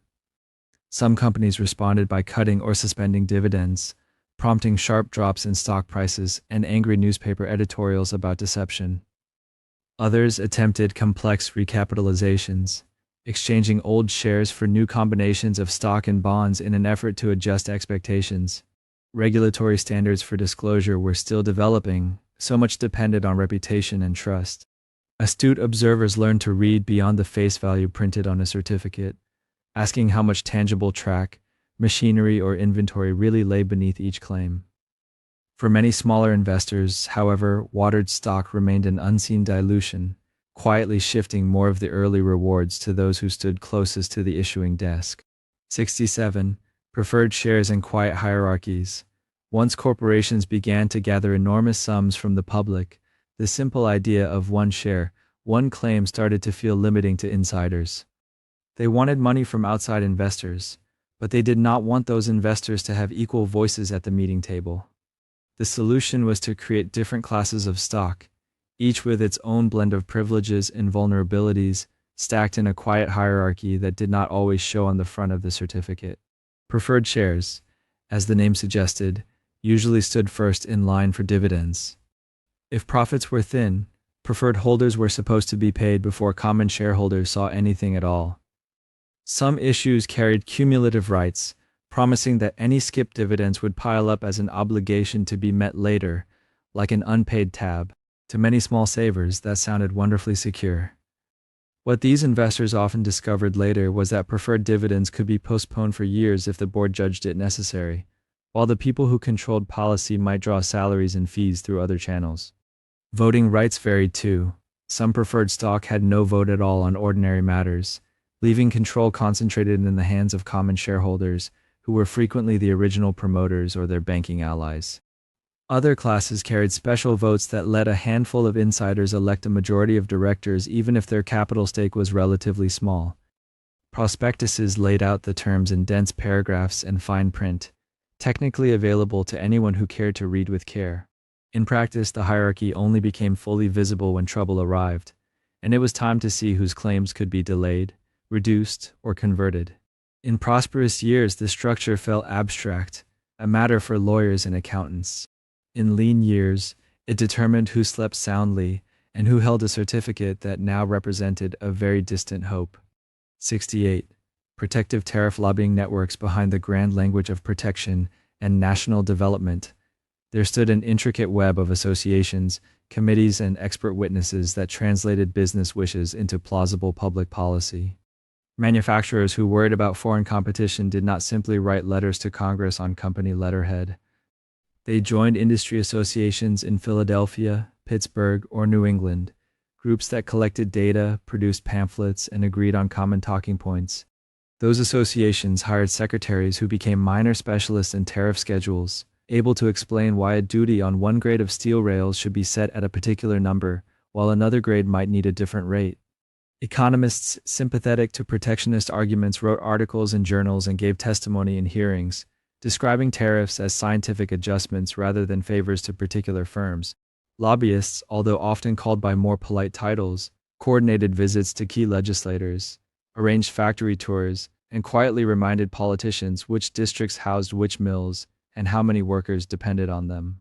Newspapers carried editorials, sometimes supplied in draft by these networks, warning that any reduction in duties would invite a flood of cheap imports, idled furnaces, and empty pay envelopes. The language dwelt on national prosperity and independent industry. But behind the rhetoric, specific fortunes watched closely to see where the lines on the tariff schedules were drawn. A change of a few percentage points on imported cutlery, textiles, or rails could rearrange profit margins for years. Congress received statistics wrapped in patriotic appeals, and committees of businessmen in sober suits sat in the front rows of hearing rooms, listening as their preferred arguments were spoken aloud by friendly experts. By the time a tariff bill emerged, thick with detailed classifications, it represented not just political debate, but months of organized persuasion by those who had the most to gain or lose. 69. Private detectives in labor disputes. As factories grew larger and workforces more organized, owners began to feel that ordinary foremen and local police no longer provided enough information or security. They wanted advance warning about organizing drives, early signals of planned strikes, and, if possible, a way to discourage trouble before it fully formed. Out of this desire grew the practice of hiring private detective agencies, firms that sold themselves as specialists in industrial protection. These detectives kept files on known organizers, traveled under assumed names, and took jobs inside mills or rail yards to observe meetings from within. Weekly reports flowed back to management, sometimes dry lists of conversations overheard at lunchtime, sometimes alarmed accounts of mass meetings in secret committees. Alongside information gathering came more direct services. Agencies offered guards to stand at factory gates during tense periods, to escort managers, or to ride trains carrying especially valuable cargo. In advertisements and pitch letters, they emphasized discipline, loyalty, and the ability to act quickly without waiting for official orders. To many owners, this was simply another form of insurance, like sprinklers against fire or fences against theft. The idea that these operations might also shape the tone of labor relations, hardening distrust on both sides, surfaced less often in boardroom conversations. Workers, for their part, came to suspect that any new face on the shop floor might be an informant. A stranger asking a few too many questions about meetings after work could send rumors rippling through a department. In that atmosphere, private detectives became part of the industrial landscape, half shadow, half uniform, embodying the belief that maintaining a large fortune required not just machines and markets, but a watchful presence wherever discontent might gather. 70. The Pinkertons at Homestead. Among the detective agencies, one name became almost synonymous with industrial conflict: the Pinkerton National Detective Agency. Its founder had once made his reputation guarding railway shipments and claiming to protect presidents. By the 1890s, however, many Americans associated the firm with a different role, thanks largely to a steel town on the Monongahela River. At Homestead in 1892, a bitter dispute between Carnegie Steel's managers and a powerful union escalated into a showdown over who controlled access to the works. The company built fence lines topped with barbed wire, erected watchtowers, and arranged for barges filled with Pinkerton guards to travel up the river under cover of darkness. Local workers learned of the plan and gathered along the banks. When the barges arrived, they met not a quiet landing, but an armed confrontation that lasted for hours. Shots were fired, men on both sides were killed and wounded, and the entire episode was soon relayed in newspapers with vivid detail. The scene of hired guards attempting to enter a steel mill by water, while townspeople and workers resisted from shore, captured the public imagination. It looked to many observers less like ordinary policing and more like a private army in service of capital. For industrial leaders, the Homestead episode was a reminder of how security planning could escape the shadows and become an object of national scrutiny. For the Pinkertons, it marked a transition from a relatively discreet presence to a symbol in debates over labor and power. In the years that followed, companies still hired the firm for investigations and guarding, but they also weighed the risk that their choice of security might, under the wrong conditions, become the main story. 71. National Guard and strike landscapes. When industrial disputes swelled beyond the capacity of local police or private guards, governors faced a choice that blended public order with private conflict. They could call out state militia units, later formalized as the National Guard, to restore what official proclamations usually described as peace. In practice, this meant sending uniformed soldiers into landscapes defined by mills, depots, and company towns, where the line between protecting property and taking sides felt thin to those on the ground. Troops pitched tents near railroad yards, stationed sentries at roundhouses and bridge crossings, and marched along streets that had, until recently, hosted ordinary traffic and market days. Their presence, with rifles stacked and bugles sounding, changed the mood instantly. Some residents welcomed them as a stabilizing force, especially after reports of clashes or sabotage. Others saw them as an extension of the employer's reach, since strikes rarely prompted similar deployments on behalf of workers' demands. Commanders issued orders to keep the peace, but decisions about where to post guards and which buildings to prioritize sent their own quiet signals about whose interests were paramount. Young men who had drilled on courthouse greens now found themselves facing neighbors on picket lines, asked to interpret injunctions and proclamations in real time. Newspapers printed images of militia encampments beside stories of wage disputes, weaving them into one narrative.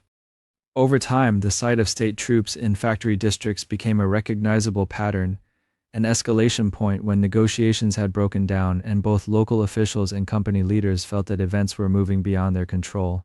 Whether the arrival of militiamen shortened conflicts or simply froze them in place depended on the particular town and year. But in the memory of many communities, those tents and uniforms became part of the geography of industrial unrest. 72. Blacklists and informal enforcement. Not every tool of labor discipline involved visible fences or armed guards. Some worked through paper lists, quietly compiled and quietly shared, that followed workers from one employment office to another. When a man was considered especially troublesome, too vocal at meetings, too active in organizing, too willing to lead a walkout, his name might be entered in a notebook kept by a superintendent or a clerk in the company office. Over time, as owners and managers compared experiences at trade gatherings or through regional associations, these records coalesced into blacklists, collections of names to be avoided when hiring. There was rarely a formal letterhead or stamped seal. The lists might be nothing more than handwritten pages folded into correspondence or passed verbally, with foremen cautioned against certain applicants. Yet the effect on individuals whose names appeared could be severe. A worker might find that, despite years of experience, he was repeatedly told there were no openings, even as others were brought on. If he traveled to a neighboring town, his reputation might have preceded him. The practice allowed discipline to extend beyond the walls of any single factory, turning the entire local job market into a kind of quiet enforcement mechanism. Some employers denied that such coordination existed, insisting that they merely exercised judgment about character and reliability. Yet references to blacklisted men appeared often enough in letters and reminiscences to suggest a recognizably shared idea. For the great fortunes, this informal network meant that wage costs and union influence could be managed not only by what happened inside the plant, but also by who was allowed to enter in the first place. For workers, it added an invisible dimension to risk, where speaking too freely might carry consequences long after a particular strike or dispute had faded from the headlines. 73 company unions and welfare plans.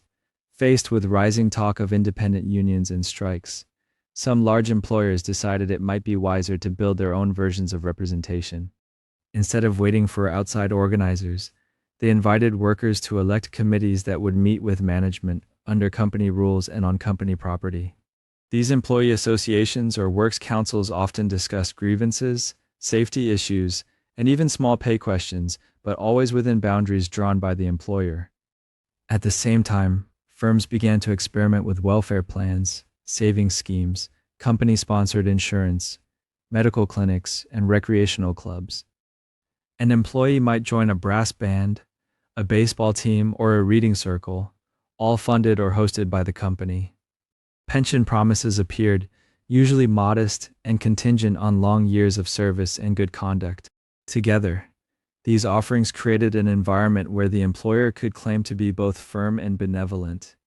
To many workers, the programs brought real benefits: access to a doctor, a loan fund for emergencies, or a Christmas bonus that smoothed lean seasons. But the structure also made clear who was in charge. Independent unions were often discouraged or banned outright, and participation in company plans could be quietly tied to a reputation for steadiness. The message under the surface was that harmony could be had without surrendering any real control over hiring, firing, or wage policy. In annual reports and public statements, executives pointed to welfare plans as proof of enlightened management, while reserving for themselves the final say in every important decision about how the vast fortunes under their care would be administered. 74. The Pullman strikes rail web. The dispute that began in the model town of Pullman, south of Chicago, did not look at first like a national crisis. It started with wage cuts in the company's car shops after a downturn, while rents in the carefully planned company housing remained unchanged. Workers, feeling squeezed, appealed for relief and found little willingness to renegotiate. When they struck, it was nominally a local matter, pitting a single manufacturer against its own employees. The complication lay in what Pullman actually made: sleeping cars that were attached to passenger trains across the country. The American Railway Union, sympathetic to the car builders, decided its members would refuse to handle any train that carried Pullman cars. Since those cars had become a standard feature on major lines, the refusal spread quickly along the iron pathways that linked city to city. What had been one town standoff soon rippled through the rail system, interrupting mail delivery, passenger schedules, and freight traffic. Railroad managers, many of whom had leasing and traffic agreements with the Pullman Company, responded by reorganizing trains, attaching Pullman cars even to mail trains to force the issue. Federal authorities entered the scene, citing interference with the mails and interstate commerce. Soldiers were dispatched, injunctions issued, and the conflict that had begun with a question about rents and wages now touched nearly every part of the rail network. For the era's fortunes, the Pullman episode was a demonstration of how tightly their enterprises had been woven together. A grievance in one factory could, under the right organizing strategy, tug at the entire national web of contracts, schedules, and profit streams that rested on the steel rails. 75 injunctions as industrial tools as labor disputes grew larger and more coordinated. Company lawyers began to look beyond the factory gate and the local police station for ways to keep operations running. They turned to the courts, not only to resolve contract disagreements, but to shape the very conduct of strikes. The legal instrument that proved especially useful was the injunction, a judge's order commanding that certain actions be stopped or avoided. Railroads and manufacturers would argue that picketing, boycotts, or refusals to handle particular goods interfered with property rights, interstate commerce, or the mail. Judges, often persuaded by the language of order and the fear of wider disruption, granted sweeping orders that forbade named individuals and frequently unnamed persons acting in concert from blocking tracks, persuading workers to stay away, or even gathering near company premises. Violating these orders did not just risk dismissal or arrest under ordinary statutes. It could be treated as contempt of court, punishable at the judge's discretion. This turned the courtroom into a quiet extension of the management office, where strategic petitions could bring the full symbol of the law into an industrial dispute. Employers framed injunctions as neutral protections against chaos, while unions saw them as a powerful new way to constrain collective action. The wording, dense and careful, presented itself as a matter of procedure, but its effects were felt on picket lines and in meeting halls. For the owners of great fortunes, injunctions added a refined instrument to the toolkit, less visible than armed guards, less dramatic than troops, but capable of reshaping a strike by declaring certain forms of resistance legally out of bounds before the broader public had fully chosen sides. 76. Newspapers friendly to capital, the same fortunes that built railroads, mills, and mines also bought advertising space, discounted freight rates, and steady streams of newsprint for the nation's newspapers. Publishers, conscious of both their ledgers and their own social circles, often treated the financial giants with a tone that blended respect and reassurance. When debates arose about trusts and combinations, editorials in many major papers acknowledged public unease but framed consolidation as an almost natural stage in economic progress. Articles might describe large mergers in cool, analytical language, emphasizing efficiency and stability rather than dominance or exclusion. Financial editors, dependent on information from bankers and corporate officers, softened criticism in return for early access to figures and statements. Stories about industrial unrest often highlighted damage to property and interruptions to commerce before mentioning the grievances that led to the conflict. None of this required explicit instructions from boardrooms. Shared assumptions and mutual interests gradually shaped the coverage. Corner offices in publishing houses and railroads overlapped on guest lists for dinners and charity boards, reinforcing a sense that their aims broadly aligned. Smaller, more outspoken papers did sometimes challenge the new giants directly, but their reach rarely matched that of metropolitan dailies delivered to business districts and middle-class parlors each morning. For the men managing vast pools of capital, a sympathetic or at least calming press environment provided a kind of invisible cushioning. Stockholders reading about another consolidation or a burst of speculation encountered it in moderate tones, encouraged to see the events as manageable episodes rather than threats to the entire structure on which their dividends and savings depended. 77. Public relations before the name existed long before anyone coined a phrase for managing public perception. The owners of large fortunes discovered that speeches, dinners, and carefully chosen gifts could reshape how they were seen. Industrial leaders accepted invitations to banquets where they praised the ingenuity of American labor and the blessings of competition, all while seated at tables decorated with symbols of their own products. They endowed libraries and university chairs, announced funds for hospitals, and sent impressive checks to relief drives after fires or floods. Clerks in their offices prepared press notices describing these acts of generosity in modest, almost reluctant terms, which newspapers were happy to print. Business associations sponsored lecture tours for friendly economists who could explain, in soothing language, why high freight rates or protective tariffs were necessary for general prosperity. When criticism of a particular company became pointed, its president might appear before a civic club and deliver a thoughtful address about mutual interests, carefully avoiding any contentious details while projecting reasonableness and restraint. Guests left with printed pamphlets of the speech in their pockets. None of this was coordinated by a central bureau or directed by specialists with titles. It grew organically from a sense that reputation mattered, especially as operations expanded beyond the personal acquaintance of local communities. Lavish office buildings with marble lobbies and tasteful art also played a part, presenting an image of stability and refinement rather than naked accumulation. Over time, these gestures formed a pattern. The same names that appeared in reports of rate disputes or mergers reappeared in columns about endowments and eloquent addresses. For the great fortunes, maintaining that dual image, hard-headed in business, high-minded in public, was itself a kind of quiet investment. 78. Church pews and respectability on Sundays. The men whose enterprises moved steel, oil, and grain often occupied prominent pews in the choicest churches of their cities. Their presence signaled more than personal belief. It anchored them in a network of respectability that mattered in a society wary of sudden wealth. Large donations funded new sanctuaries with elaborate stained glass, organs imported from Europe, and lecture halls attached to the main building.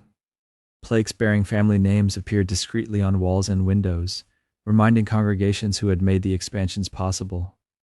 Ministers, grateful for the support, sometimes preached sermons that emphasized the moral responsibilities of success, while also acknowledging the burdens of leadership. The relationship ran both ways. Church committees gained access to deep pockets for missions, schools, and charities.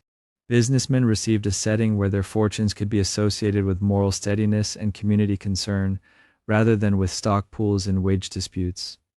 Social life revolved around these congregations as well. Daughters and sons attended the same youth gatherings, marriages linked business families, and informal conversations after services smoothed future partnerships or resolved tensions. Even those industrialists who rarely discussed personal faith understood the value of being seen within this orderly, respected institution. In an age when caricatures of robber barons circulated in magazines, the image of the same figures quietly listening to a sermon or chairing a church board meeting introduced a different narrative. The sanctuary, with its hymns and polished wood, offered not only spiritual reflection but also a stable stage on which enormous, sometimes controversial fortunes could claim a place inside the moral architecture of their communities. 79.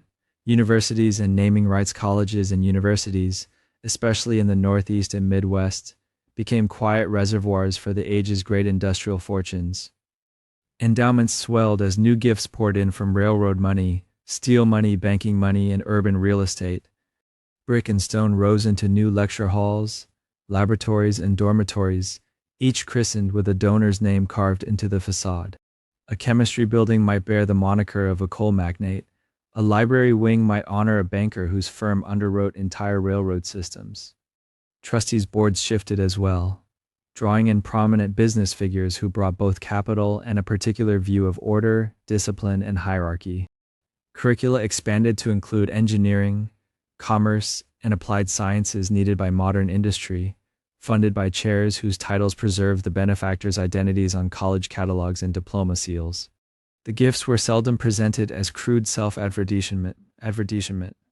They were wrapped in the language of uplift, civic duty, and gratitude to institutions that had shaped the donor's younger years or that they now wished had. Over time, students walking between buildings and reading course bulletins absorbed a map of private wealth embedded in campus geography. The names became so familiar that their commercial origins blurred. In the quiet continuity of stone, wood, and endowment reports, business fortunes found a way to outlast market cycles, panics, and even the lives of their original builders, settling gently into the rituals of commencement speeches and alumni reunions. 80. Libraries as civic legacies. Public libraries offered another path by which private accumulation could be translated into something that looked and felt communal. From large cities to modest county seats, new reading rooms appeared like dignified anchors on main streets, framed by columns, domes, and generous stairways.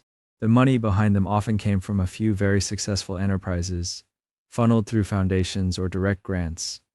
Town councils debated sites and maintenance costs, but the central building funds arrived as gifts, sometimes contingent on local guarantees to keep the doors open. Inside, shelves filled with novels, histories, and technical manuals carried no visible trace of the industries that had paid for the building. The donor's presence lived instead in a plaque near the entrance, a cornerstone inscription, or a quiet line in the charter. For the fortunes involved, libraries offered a particularly appealing form of legacy. They projected seriousness, self-improvement, and a belief in individual effort. Any citizen could enter, sit at the same tables, and leaf through the same volumes, whether or not they ever touched the world of corporate stocks or bonds. In board minutes and annual reports, industrial leaders described these libraries as investments in the character of communities, a phrase that suggested both generosity and a gentle hope that educated readers might view the new economic order with understanding. Long after a boomtown's mills or refineries closed, the library often remained, its building aged but intact, a reminder that one portion of the Gilded Age's concentrated wealth had been converted into quiet, shared spaces for reading, study, and daydreaming. 81. Museums built from fortunes, art museums, and historical collections became another favored destination for the era's large surpluses, turning private accumulation into public display. Wealthy families, having filled their homes with paintings, sculpture, tapestries, and rare curiosities, began to contemplate what would happen to it all when drawing rooms emptied and heirs dispersed. One answer was to found institutions, or enlarge existing ones, that could house these objects under skylit galleries and polished stone floors. Endowment gifts funded acquisitions, curators' salaries, and grand exhibition halls, while family names quietly attached themselves to wings, galleries, and collection titles. A museum might highlight European old masters, Asian ceramics, or American landscapes, reflecting the tastes and travel habits of its principal donors. Visitors encountered these preferences as if they were simply the natural contents of art or culture, not the result of specific purchasing decisions made with very particular incomes. Industrial and financial power thus found a second life in arrangement and selection. Fossil collections, ethnographic displays, and decorative arts all carried implicit stories about what was considered valuable, beautiful, or instructive. At the same time, museums genuinely broadened what a city offered its residents. School children and clerks could stand for a moment in front of works that had once been reserved for private parlors. Sunday afternoons filled with quiet footfalls and low conversation beneath high ceilings. The fortunes that had hammered out rail lines and refineries now expressed themselves in hushed rooms where labels, frames, and carefully modulated lighting created a sense of continuity and refinement. Elite tastes, once hidden in townhouses, were repackaged as civic heritage, preserved in public form. 82. Settlement houses and elite reform. Not all philanthropic energy went into marble halls and carved facades. Some of it flowed into brick tenements repurposed as settlement houses in crowded urban neighborhoods. These institutions offered classes, childcare, legal aid, and social clubs to recent immigrants and the urban poor.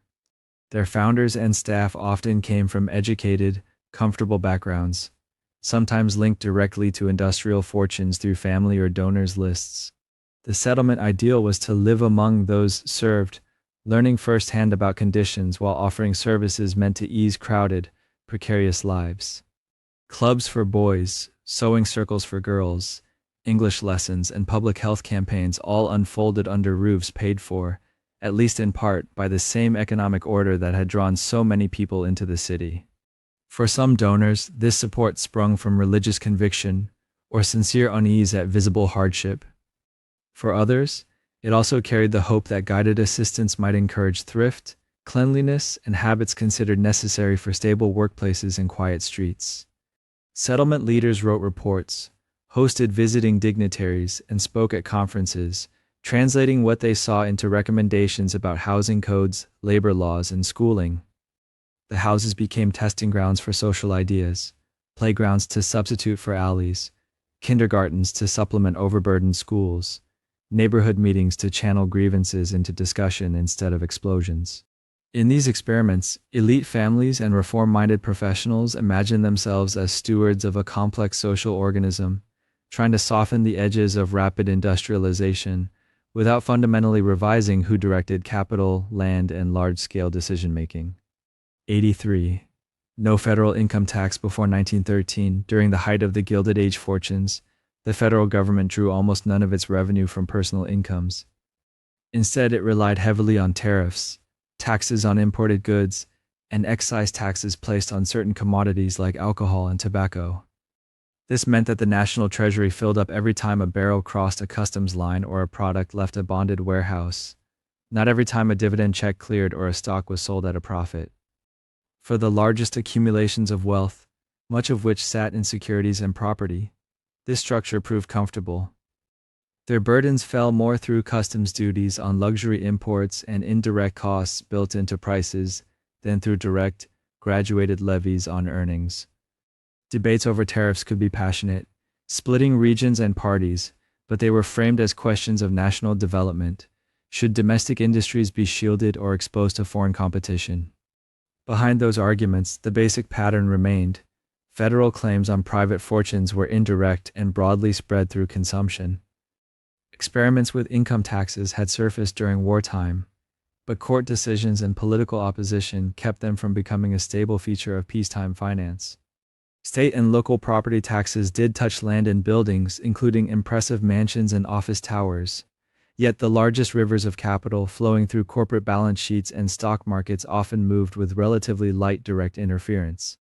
Within that environment, fortunes could compound year after year, shaped more by business cycles and market swings than by an annual reckoning with a federal tax collector's ledger. 84. The Panic of 1893 and Frozen Credit. When the Panic of 1893 arrived, it showed how swiftly confidence could evaporate in a system built on interlocking promises.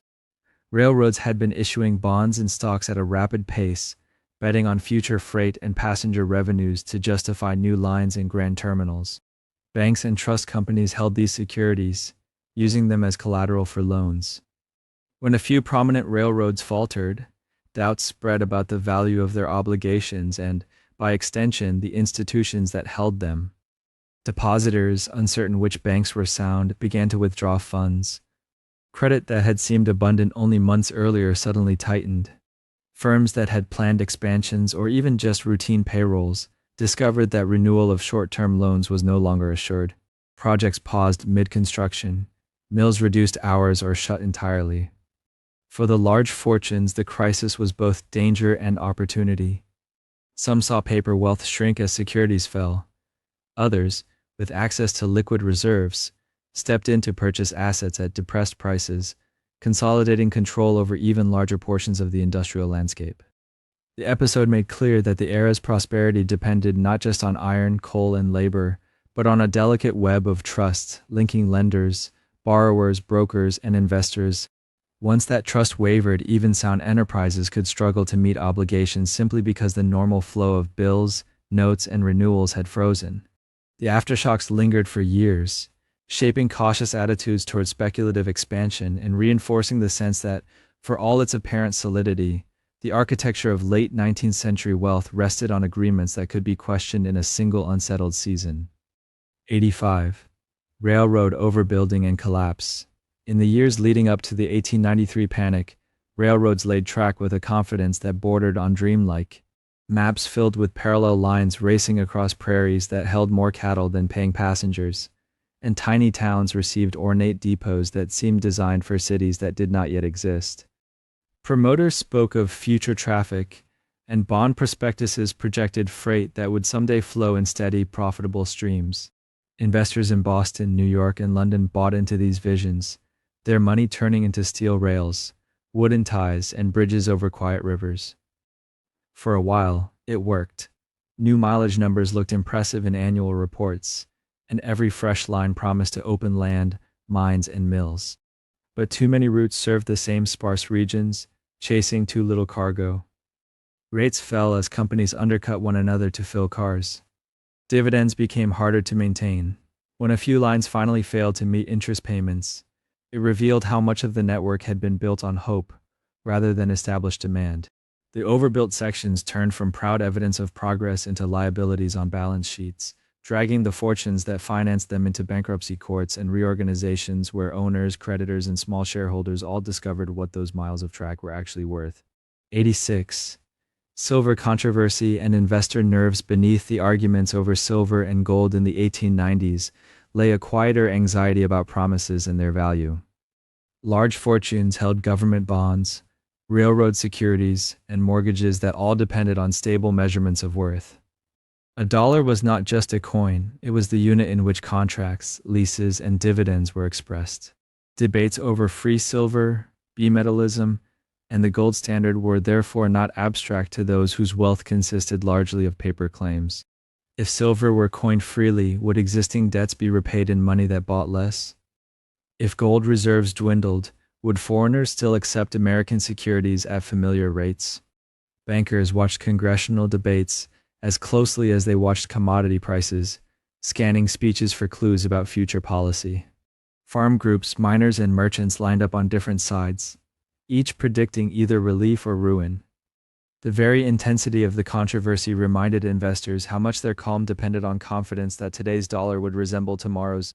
Even when no sudden shift occurred, the possibility left a trace, visible in cautious lending, nervous commentary in financial journals, and a renewed appreciation among the wealthy for holdings, land, buildings, mines, that felt solid in a world where the unit of account itself seemed open to revision.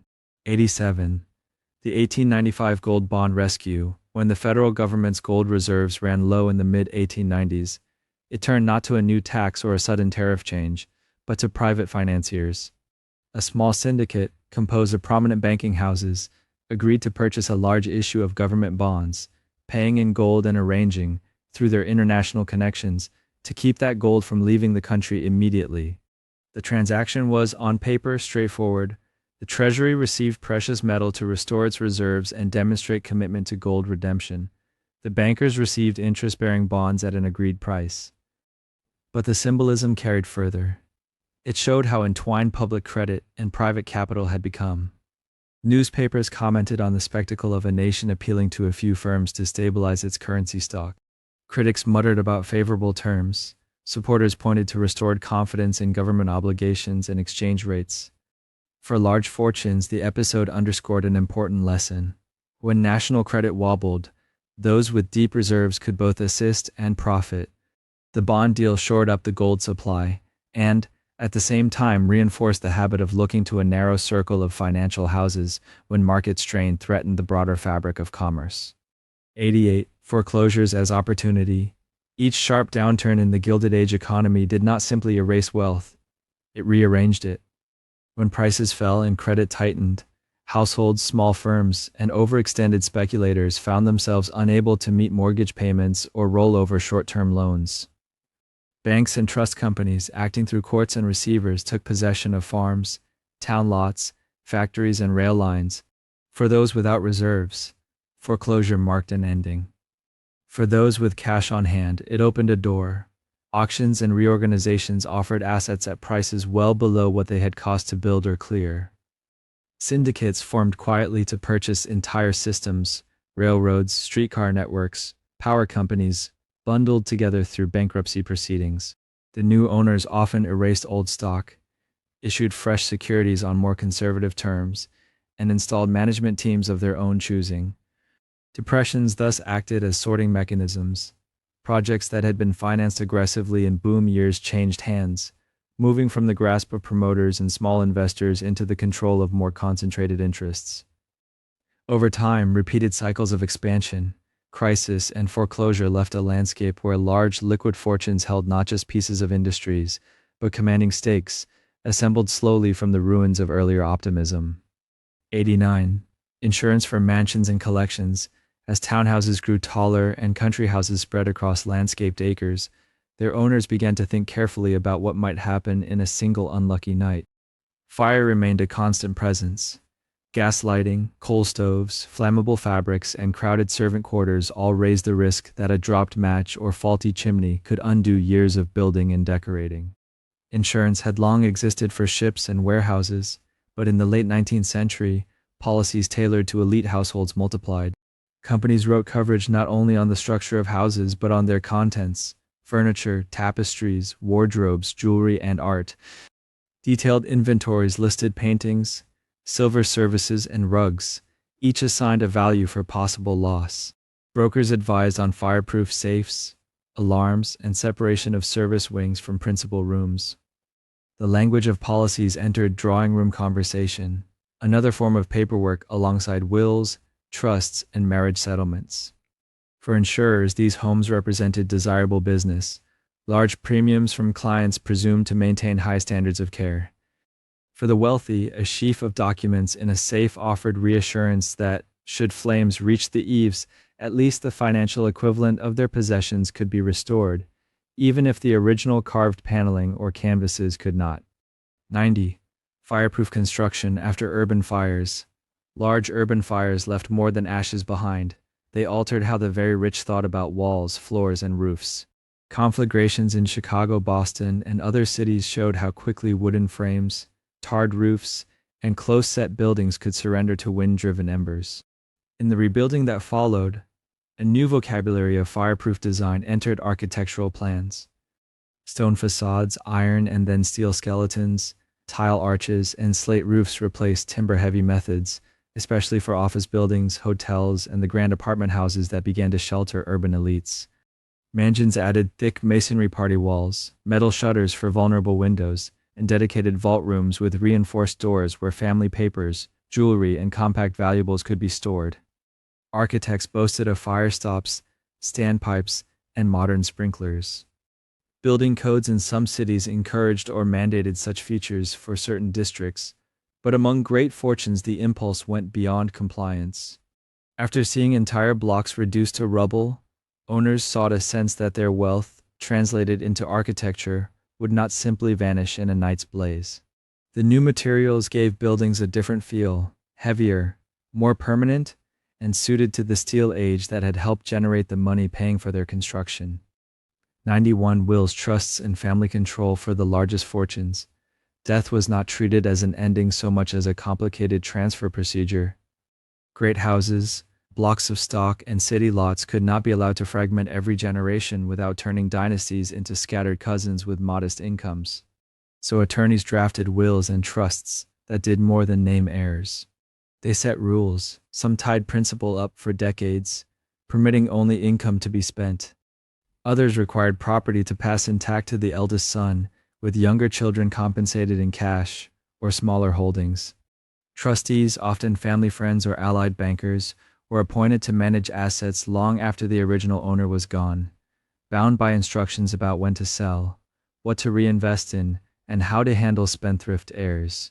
The documents grew thick with clauses covering remarriage, divorce, and unforeseen misbehavior, as if law could substitute for personal discipline. For beneficiaries, wealth often arrived with conditions, allowances rather than free access, approvals required for certain transactions, and a sense that a dead hand still rested lightly on the checkbook.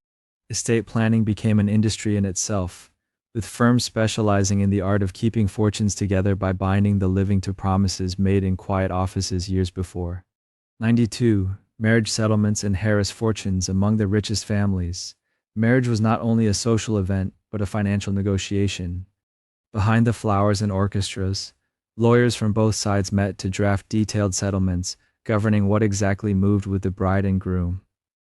A wealthy daughter might bring a substantial fortune, but that sum could be placed in trust for her separate use, beyond her husband's creditors and business risks. Income from the fund could support the couple's household, while the principal remained anchored for her security, and eventually their children.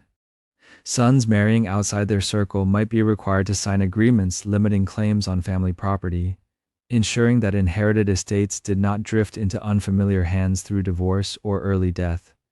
In some cases, European titles entered the equation, with American money flowing across the Atlantic to support aging castles, in return for names that still carried social weight. The settlements could be surprisingly specific: provisions for future children, rules about selling inherited art, even instructions for what would happen if one spouse left the country permanently. To guests, a wedding displayed abundance in gowns, diamonds, and lavish tables. In the back rooms, ink on parchment quietly defined who actually controlled that abundance once the carriage rolled away. 93. Old money versus new money etiquette. As great fortunes multiplied, not all dollars were treated as equal. Families whose wealth stretched back before the Civil War, or even to colonial trade, liked to think of themselves as old money, bearers of a settled style. New industrial and speculative fortunes arrived with steam, smoke, and rather louder parties. Etiquette, who called on whom, who received invitations, who sat where at dinner, became a subtle tool for sorting these groups. Long-established clans prized restraint, older houses in established neighborhoods, jewels worn in familiar patterns, support for certain charities and institutions.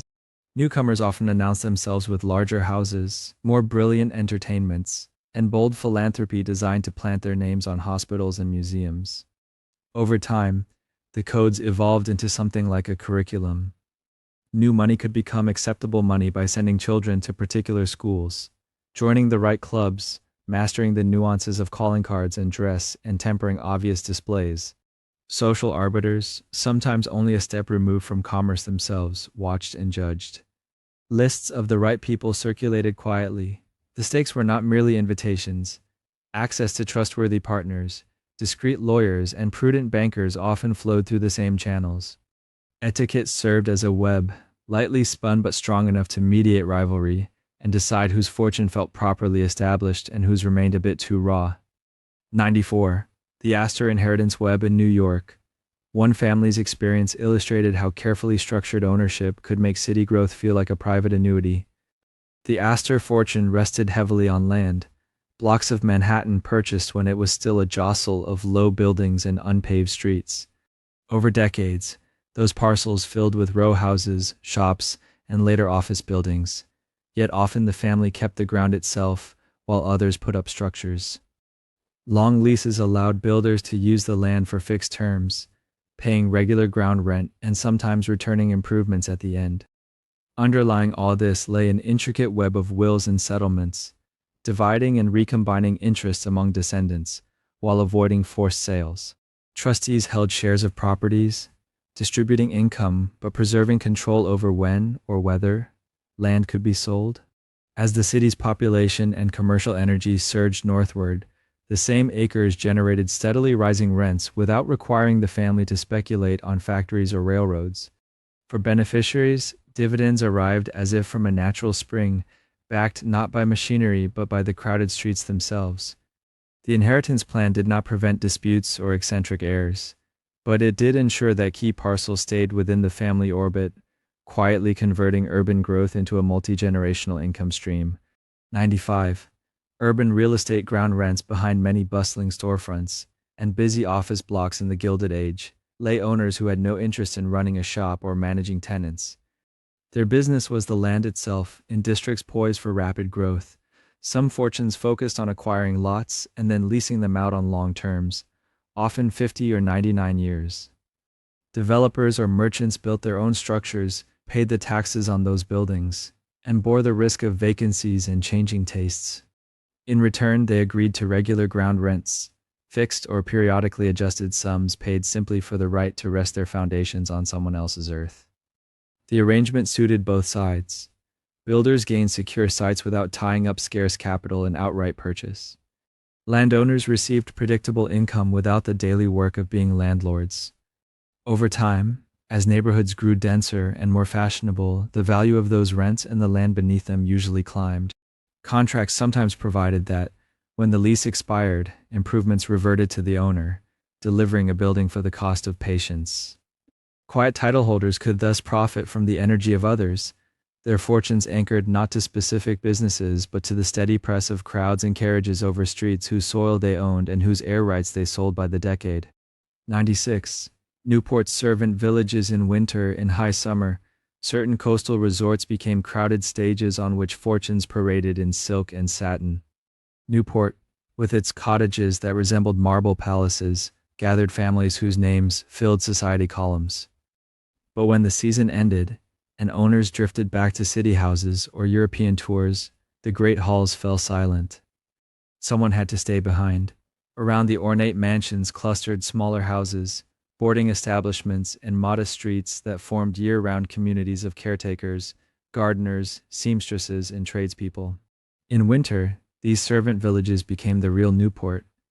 Furnaces were kept running just enough to prevent pipes from bursting. Furniture was draped, silver was counted and locked away. Roofs were inspected after storms. Local shops that had bustled with deliveries to ballrooms shifted to supplying coal, simple food, and repair materials. For the families who left, the off-season existed mostly as items on a ledger: caretaker wages, maintenance costs, occasional telegraphed instructions. For those who remained, it was a quieter rhythm of steady work, tending vast empty spaces so they would be ready for the next round of entertainments. The fortunes that had built those houses thus supported an invisible counterpart to the social whirl, a winter town devoted to maintaining properties that waited, shuttered, and dusted for their owners to return. 97. Philanthropy as reputation repair. By the end of the century, giving money away had become its own kind of quiet insurance policy. Public libraries, universities, concert halls, and hospitals were all convenient places to convert private controversies into civic gratitude. When a fortune came from rail rebates, aggressive trusts, or strikes that ended badly, a carefully placed endowment could soften the story. A wing bearing a family name suggested learning, culture, or healing instead of courtroom testimony and angry editorials. Advisors began to speak of useful philanthropy, not only in terms of social benefit, but in how visibly it associated a name with uplift rather than extraction. Funds were targeted where they would be noticed: a college in need of a grand building, a city that wanted a public garden, a museum hoping for a new gallery. The institutions gained permanent support, donors gained plaques, speeches of thanks, and eventually, a place in local history written in measured, approving tones. At the same time, boards staffed with allies extended influence into education, art, and research, giving smooth introductions, opened honorary degrees, and framed fortunes in marble and bronze. The gift did not erase how money was made, but it created new stories that could be told more comfortably at dinner. 98. Progressive scrutiny. Before the new century, even before the word progressive became a banner, the big fortunes felt a new kind of scrutiny settling around them. In the late 1890s, magazines ran long investigative pieces about railroad rates, meatpacking, and urban tenements, often following threads that led back to well-known financial houses. Clergy preached about social responsibility in sermon series that mentioned trusts as well as temperance.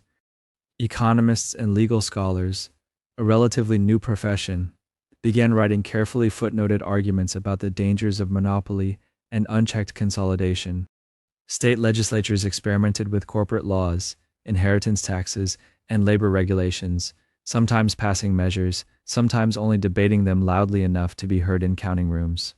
Business leaders attended private conferences where they listened to speeches suggesting that some concessions might be wise if they wished to avoid more radical proposals later. At the same time, social workers were inventing the language of surveys and statistics, documenting housing, wages, and health with numbers that could not easily be dismissed as anecdotes. For the owners of the great fortunes, the atmosphere shifted from unquestioned admiration to watchful curiosity. Their enterprises still expanded, but conversations at clubs and on verandas now included talk of commissions, hearings, and reforms that might sooner or later reach even the highest ledgers. 99. Fortunes becoming corporations. As the 19th century waned, many fortunes moved from being private pyramids of ownership to being lattices of paper. Earlier in the Gilded Age, a tycoon might personally hold major stakes in railroads, mines, or factories, his name plainly written on stock certificates or property deeds. By the 1890s, merger waves and holding companies had begun to gather disparate businesses into large corporations with their own identities, boards, and legal personalities. Wealth that had once meant direct control over a mill or a railway line now often took the form of shares tucked into safe deposit boxes and trust portfolios. Professional managers, engineers, and accountants ran day-to-day operations, reporting up through charts and annual meetings rather than through family parlor conversations. Heirs received dividends, not orders to hire or fire. For some families, this shift was a relief. Complicated enterprises could survive changes in temperament or talent from one generation to the next. For others, it felt like a dilution, turning commanding ownership into a set of numbers on brokerage statements and trust accounts. The new corporate structures insulated personal lives from some business shocks, but they also placed decisions further away, in committees and offices where the original founder's portrait might hang, while his descendants lived quietly on the income those signatures still produced. 100. A vanished world of managed splendor. Looking back, the Gilded Age fortune reveals itself less as a pile of coins than as an entire managed environment.